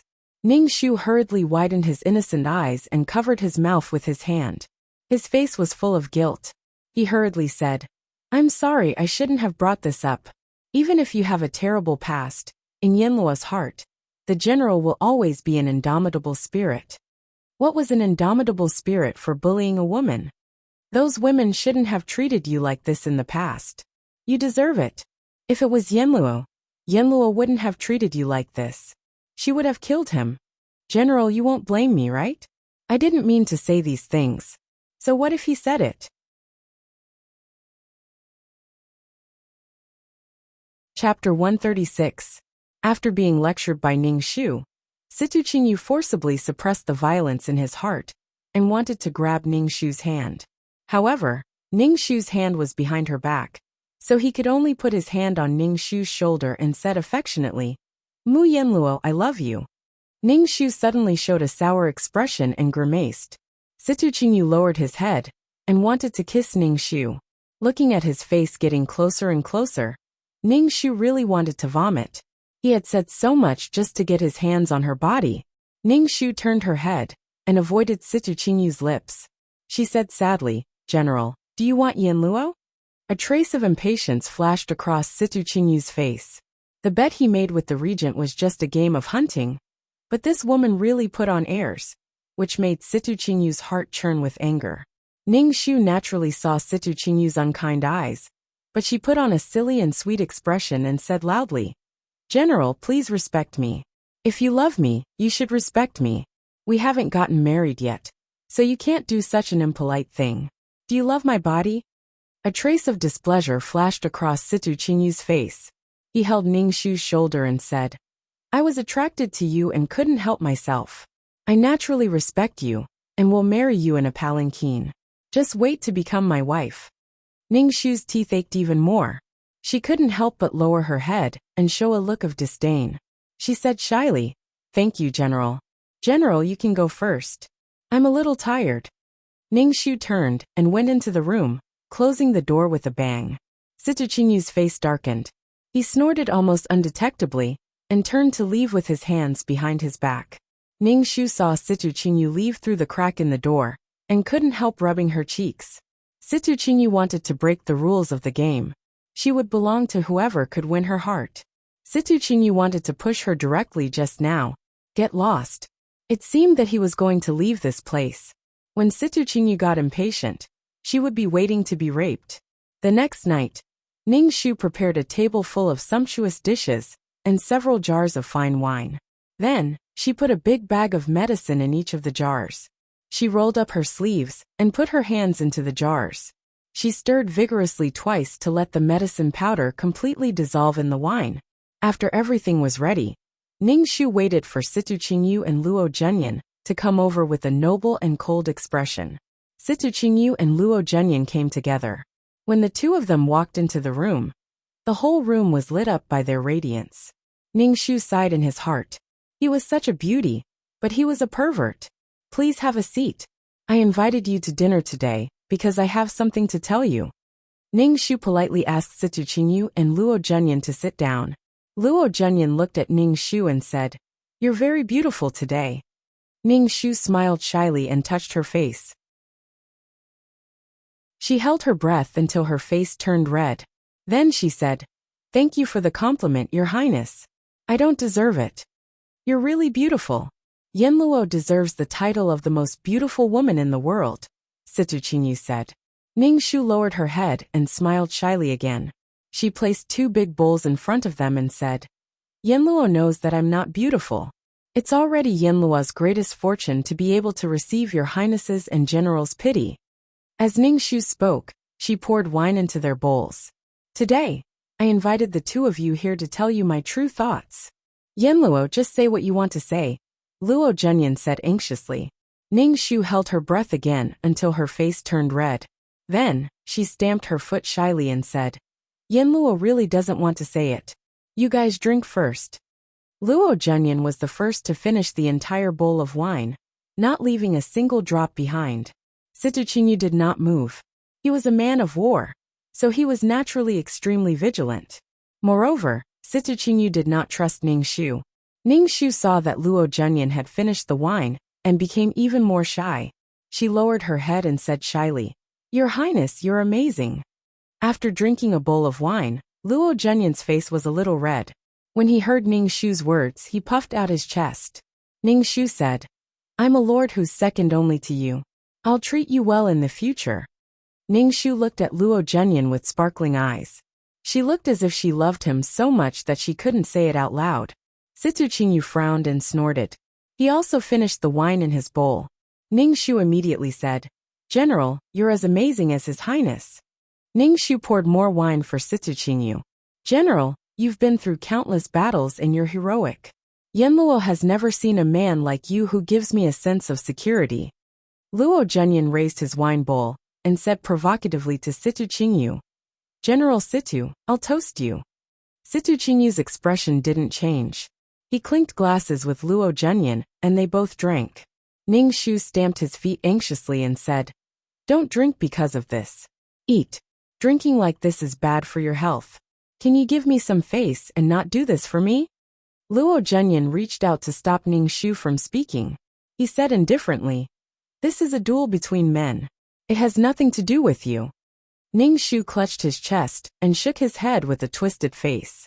"But Yanluo doesn't want you to do this. Don't do this. Drink. It's best if you die from drinking.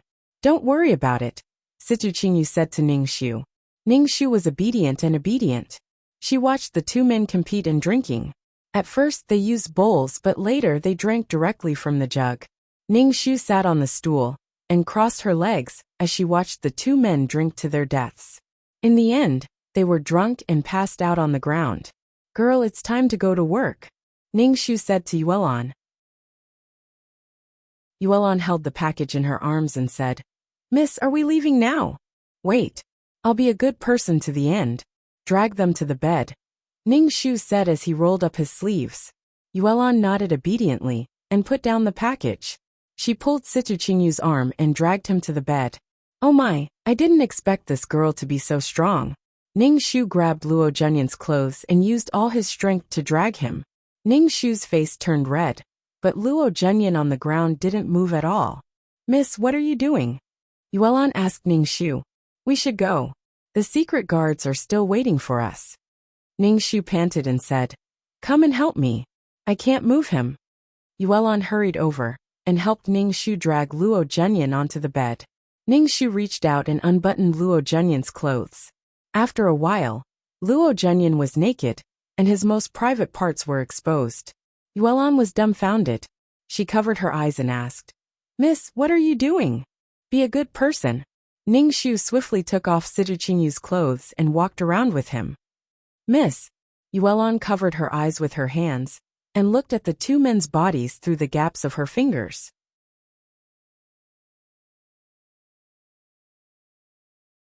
Chapter 137. Ning Shu let the two naked men hug each other and laughed. Congratulations on opening the door to a new world. Let's go. Ning Shu said to Yulan. Seeing that Yulan was still looking at the two men on the bed, he pulled Yulan's collar and walked out of the room. Miss, I feel very excited, Yulan said to Ning Shu. Her eyes were emitting a green light, which was especially terrifying in the dark night. Ning Shu was speechless. What are you excited about? Seeing the two of them lying on the bed, this servant's heart thumped, thumped, thumped. The roots of her hair stood on end, and goosebumps rose all over her body. In short, I was very excited. Yulan's face was completely red. Ning Shu's jaw dropped to the ground. Sijuqingyu and Luo Zhenyan were not the only ones who were about to open the door to a new world. There was also Yulan. Yulan still wanted to go into the room, but Ning Shu grabbed her collar and blew the whistle. Then, a black shadow jumped in through the window and immediately jumped out again. Ning Shu was speechless. She and Yulan were clearly in the courtyard. Why did the square-faced secret guard jump into the room? Have you prepared the things I asked you to prepare? Ning Shu's secret guard asked. The secret guard nodded and said, The carriage is outside the courtyard wall. We can leave soon. Ning Shu heaved a sigh of relief and quickly said, Let's go. The three of them avoided the patrol team in the residence and reached the courtyard wall. Ning Shu asked, How do we get over? The secret guard said pretentiously, I'll carry you over. Then, the secret guard held one of them with each arm and stepped on the courtyard wall, trying to fly over. In the end, the secret guard overestimated his ability. The three of them fell to the ground and rolled into a ball. Can you do it or not? Ning Shu patted the dust off his body. It was unbearable to meet such an unreliable secret guard. The secret guard said, I can climb over the wall by myself, but I didn't expect that I couldn't climb over with two people. Ning Shu was speechless. Forget it, Yuelan and I will just go crawl through the dog hole, Ning Shu said snappily. No, Yulan said resolutely and decisively. Ning Shu said, This servant will go through the dog hole. Miss and the shadow guards will climb the wall. Both of them were running away, so how could there be a difference between the two? He was simply drunk. In the end, Ning Shu still held his chest and squeezed out of the dog hole. When he came out, Ning Shu said to Yuelan, Quickly support your young miss. Your young miss's chest hurts. Miss, do you want this servant to give you a massage? Yulan reached out her hand to massage Ning Shu's chest. Ning Shu was speechless. Da-da-da. The shadow guard came over with a carriage. Ning Shu and Yulan hurriedly got on the carriage. Secret guard Ning Shu asked, Miss, where are you going? E-City. The black-bellied imperial merchant was in that place. E-City wasn't far from here, so it would only take a day's journey. Does Miss have any relatives in E-City? The shadow guard asked. Or does Master want Miss to meet up with them in E-City? No, I just want to go to E-City, Ning Shu said very willfully. The carriage left the capital. Looking at the capital's city gates getting further and further away, Ning Shu let out a deep breath. At least she wasn't pushed down by those two men. She didn't get pregnant, she didn't have a miscarriage, and she didn't get pushed down when her period came. After a busy night, Ning Shu also felt tired. He slept back to back with Yulan, Prime Minister's manor, in the embroidery building. The room was filled with a strong smell of sex. Under the moonlight, the transparent gauze curtain could faintly make out the movements of the people on the bed. One was half kneeling, the other was crawling on the bed. They were constantly moving, low panting, moaning, and crying sounds mixed with pain and pleasure. It was ambiguous. The two men were having sex dripping with sweat. Their skin was touching, and the places where they were joined were dripping with blood. It made people feel even more tyrannical. Ding abuse points 100. Ding abuse points 100. Ning Shu woke up in the morning to 2333's happy voice. There were so many aphrodisiacs. He hoped that these two guys would die from the explosion. These aphrodisiacs were all produced by the system, and their efficacy was guaranteed. They were also on credit with 2333. When it was time to return the points, he would have to pay the interest. Ning Shu gritted his teeth in exchange for the aphrodisiac. Damn! He felt that 2333 system was a blood-sucking existence. He stretched lazily. Life was still beautiful. Ning Shu lifted the curtain and saw that the carriage was parked in a forest by the side of the road. The shadow guard driving the carriage set up a fire not far away. There was a stove above the fire boiling water. Ning Shu stretched out his leg and kicked the sleeping Yulan. Yulan immediately jumped up, but her head hit the roof of the carriage. Yulan covered her head. Ning Shu felt wronged and asked, "Miss, what's wrong?" Ning Shu walked to the shadow guard's side and sat down. He asked the shadow guard, "Good morning. How far are we from E City?" "It's not far. Let's eat something and leave quickly. Maybe the general and the prince will send people to arrest us." The shadow guard made some food for Ning Shu and Yulan and poured some water for them to drink. She was wrong. This shadow guard was actually quite reliable. Ning Shu ate a biscuit and asked the shadow guard, "Why do you protect me? My father asked you to protect me, and you protect me.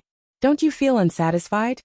The shadow guard turned his square face to Ning Shu and said, "I was adopted by the Prime Minister. The Prime Minister gave me food to eat and a place to sleep. Protecting Miss is my responsibility, until Miss no longer needs my protection, or until I die before Mississippi." Ning Shu looked at him, and suddenly felt that his square face was so handsome and charming. This guy probably didn't have any more scenes because he was killed. After a casual breakfast, Ning Shu and the other two headed for E City. They had no idea how furious Situ Qingyu and Luo Zhenyan were. The entire capital was filled with wanted posters for her. Situ Qingyu hated women. Every day, he was mocked by Ning Shu, who acted noble in front of him and stepped on his wounds. He was disgusted with women. Now that he was rolling around with a man, he completely broke the ice. He felt that it was better to be with a man.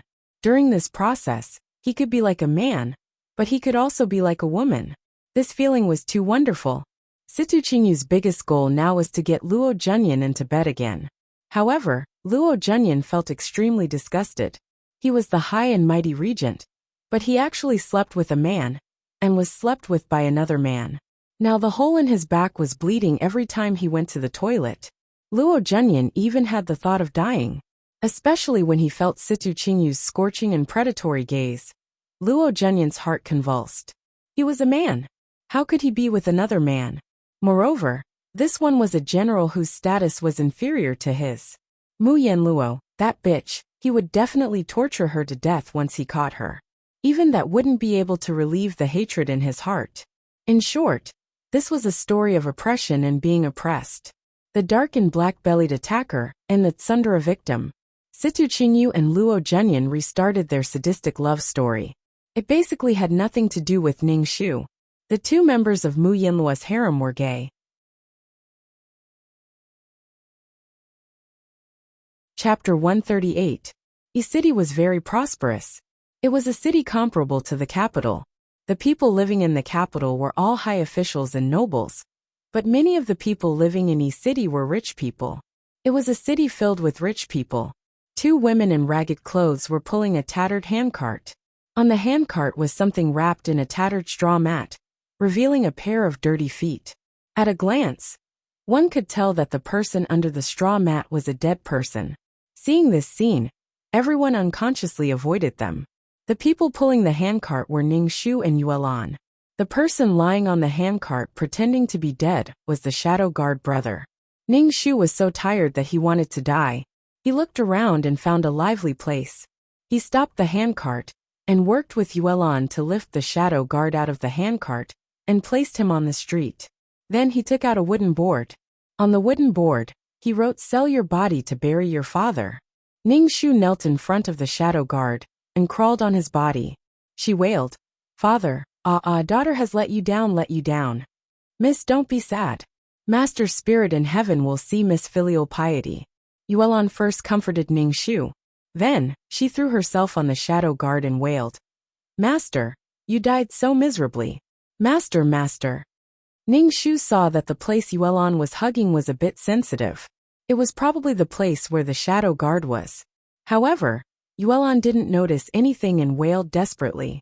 Ning Shu felt the shadow guard under the straw mat move. The straw mat covering him also moved. Ning Shu hurriedly pulled Yuelon up.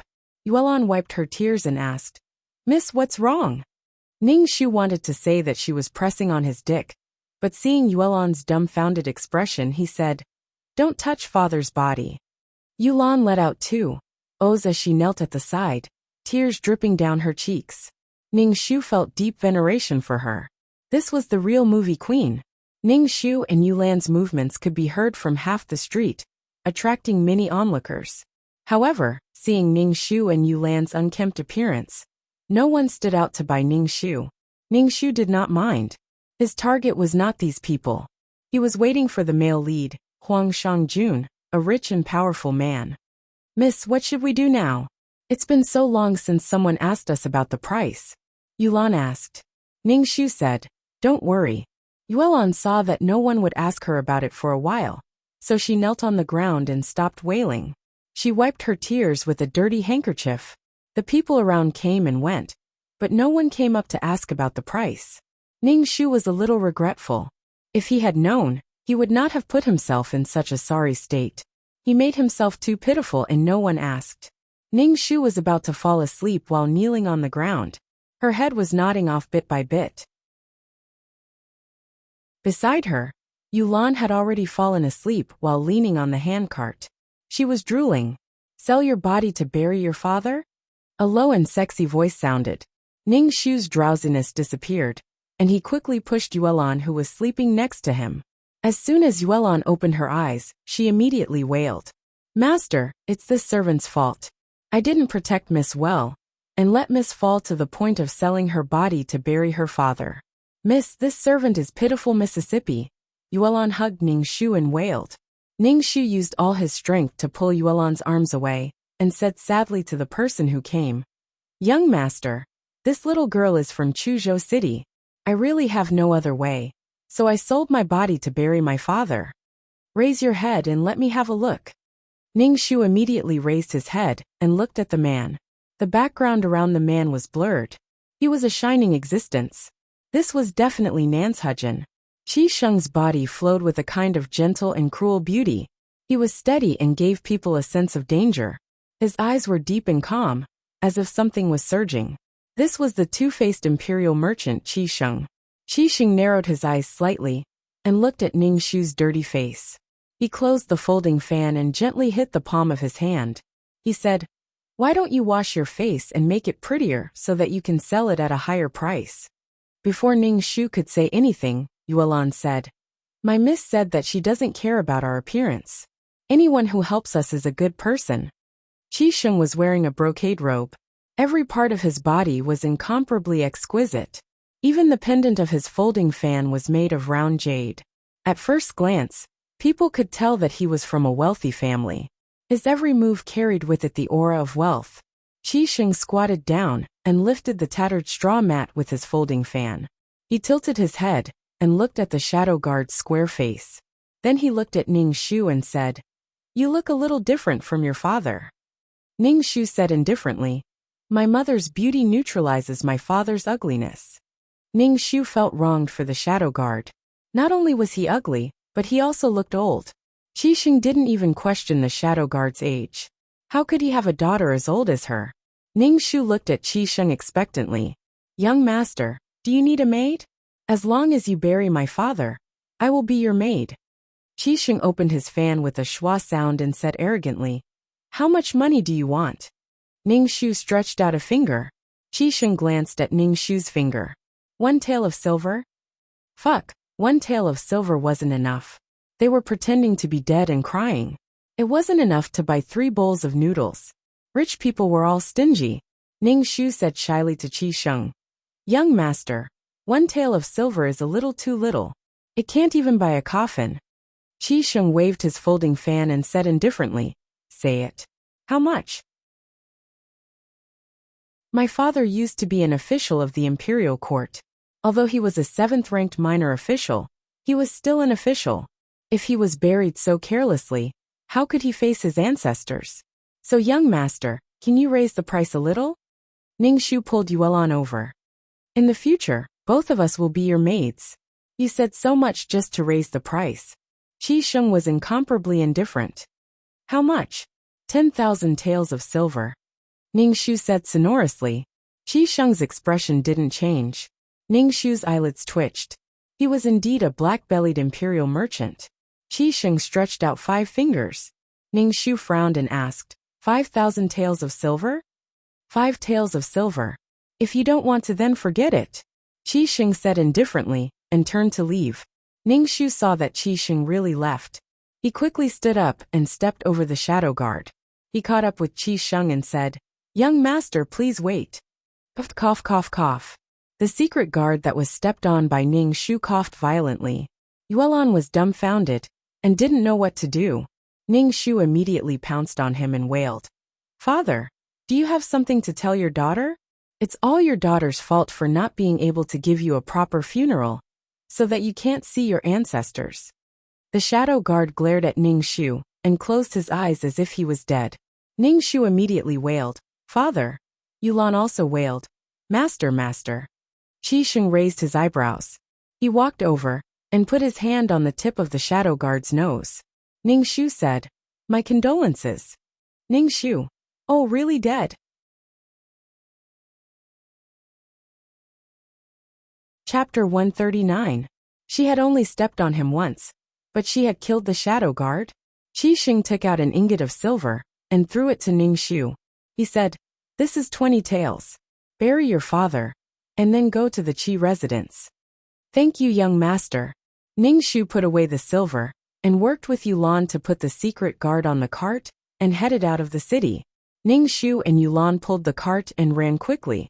Qi Sheng raised his eyebrows. He suddenly felt that he had been cheated of his silver. Had he been cheated of his nickname, Fox Qi?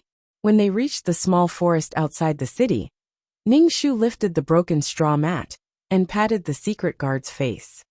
Hey, wake up, wake up. Yulan's face was a little pale. Ningxu asked, Miss, he can't really be dead, right? Yulan also joined in the slapping. While crying, she slapped the secret guard's face and pinched his philtrum. She shouted, Wake up, wake up. After a long while, the shadow guard coughed and woke up. His face was still very square before, but now it was swollen and much rounder. The secret guard touched his face. What did you do? Sob, sob, sob. You finally woke up. Miss, and I thought you were dead. Yulan cried with joy. Without you to protect me and Miss, what would we do? The secret guard touched his face and said with a grimace, I used the turtle breath technique and held my breath. Otherwise, I would have been exposed. After being stepped on by you, my internal injuries flared up again. I was injured when I fought with that general. The secret guard explained. Ningxu instantly felt guilty and said, Hurry up and treat your injuries. If you need any medicinal herbs, go buy them. Didn't I give you a lot of money before? That money is Mrs. How can I use it casually? The secret guard said. Ningxu instantly felt that the secret guard's image was incomparably great. He said, It's fine. You can use it as you wish. Treat your injuries. Nothing is more important than your body. Seeing that the shadow guard had woken up, Yuelan also breathed a sigh of relief.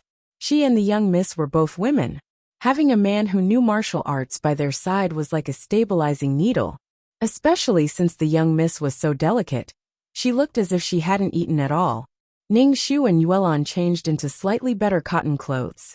Ningxu put on makeup for himself, imitating a big mouth, thick eyebrows, and a black mole on his chin.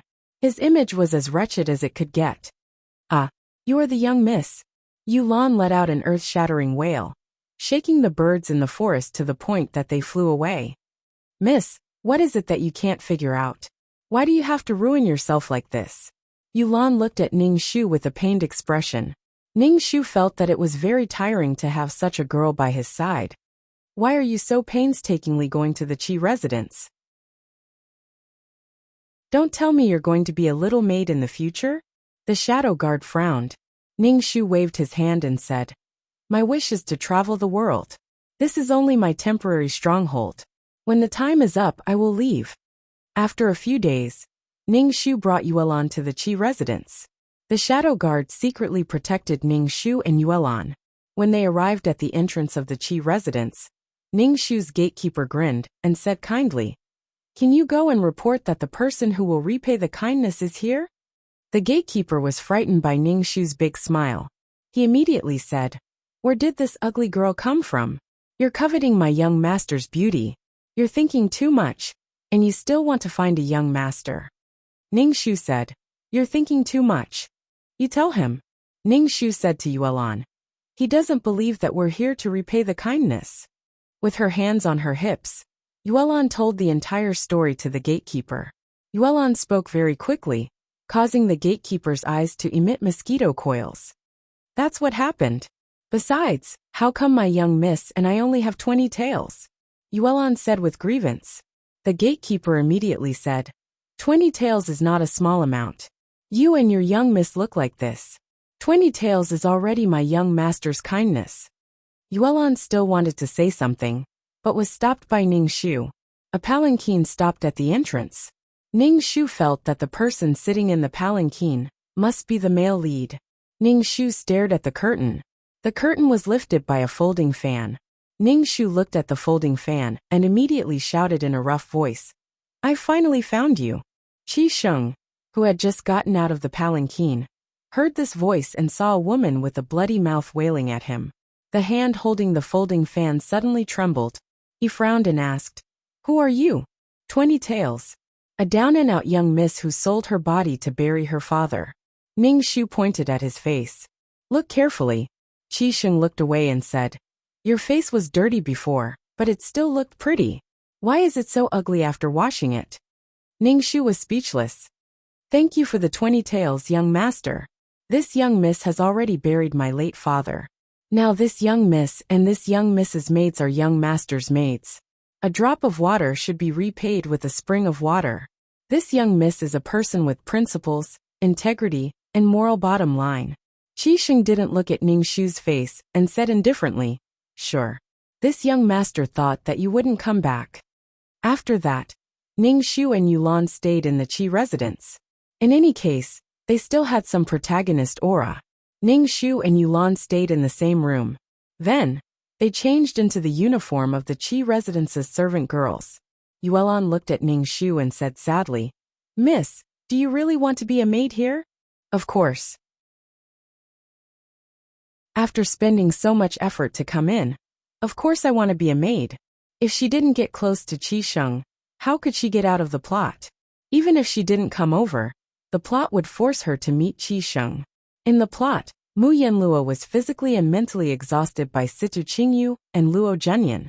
She even asked for a threesome, and escaped when the two were not paying attention. As for how the delicate Mu Yanluo escaped, it was simply a mystery. Although she escaped, Mu Yanluo didn't have a single silver tael on her. She was a woman in her boudoir, and basically didn't go out much. As soon as she went out, she was confused and looked confused and innocent. Someone tricked her into coming to the brothel with a bowl of noodles. The brothel keeper saw that Mu Yanluo was a peerless beauty, and decided to auction her. Moreover, East City was full of rich people.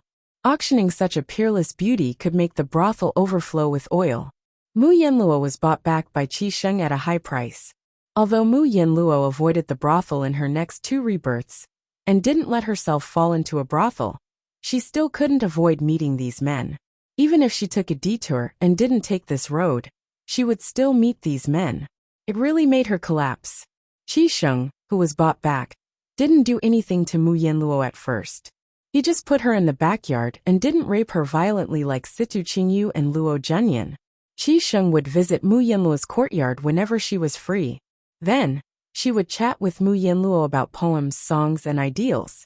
In short, Qi Sheng looked like a gentle gentleman.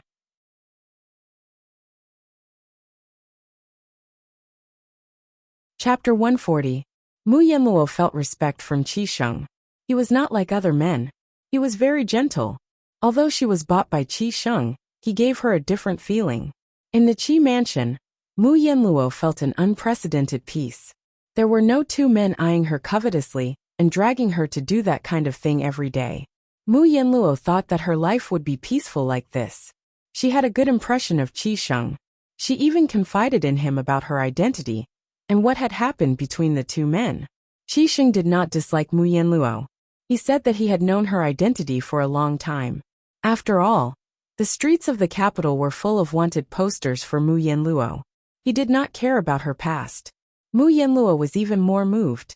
So on a certain day and night, a man and a woman naturally had a heart-to-heart and body-to-body activities. Mu Yanluo felt that this was the most comfortable time after the fall of Donghua Nation, although she spent every day waiting for Qi Sheng.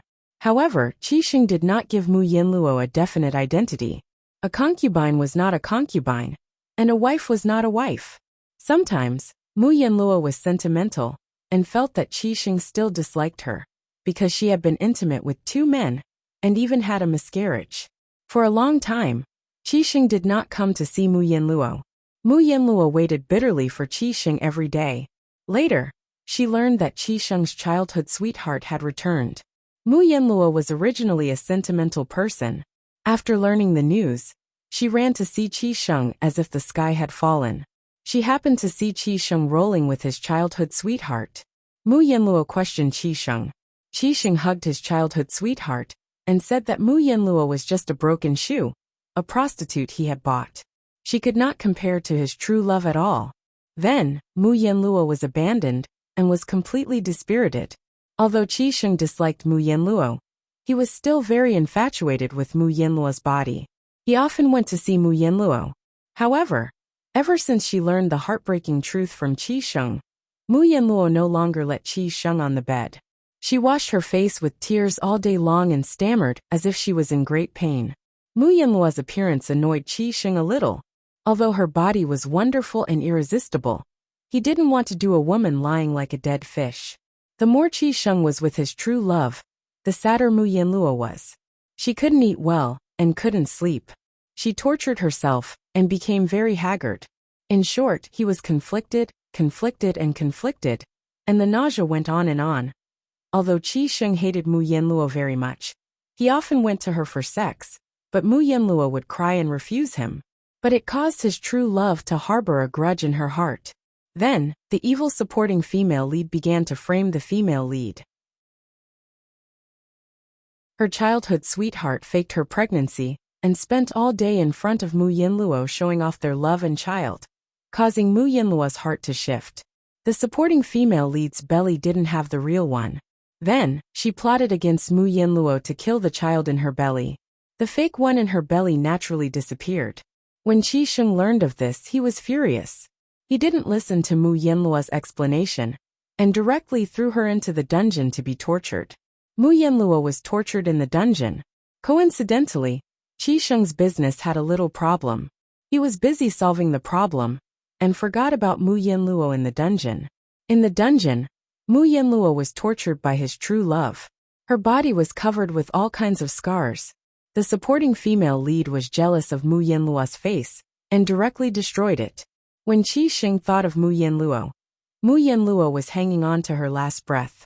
In addition, Mu Yanluo's face was ruined. Qi Sheng listened to his true love and sent Mu Yanluo to a manor thousands of miles away from the Qi residence. Mu Yanluo was sent away in such a heart-wrenching state. However, after Mu Yanluo left, Qi Sheng's longing for her accumulated more and more, to the point where he was on the verge of falling ill from lovesickness. Knowing that the cinnabar mole in his heart was so vicious, he decisively gave up on his true love and ran to find Mu Yanluo. However, Mu Yanluo had disappeared. Therefore, every time Mu Yanluo met a man, she would want to have such an unforgettable relationship. Ning Xu felt that Qi Sheng was even more hateful than Situ Qingyu and Luo Zhenyan.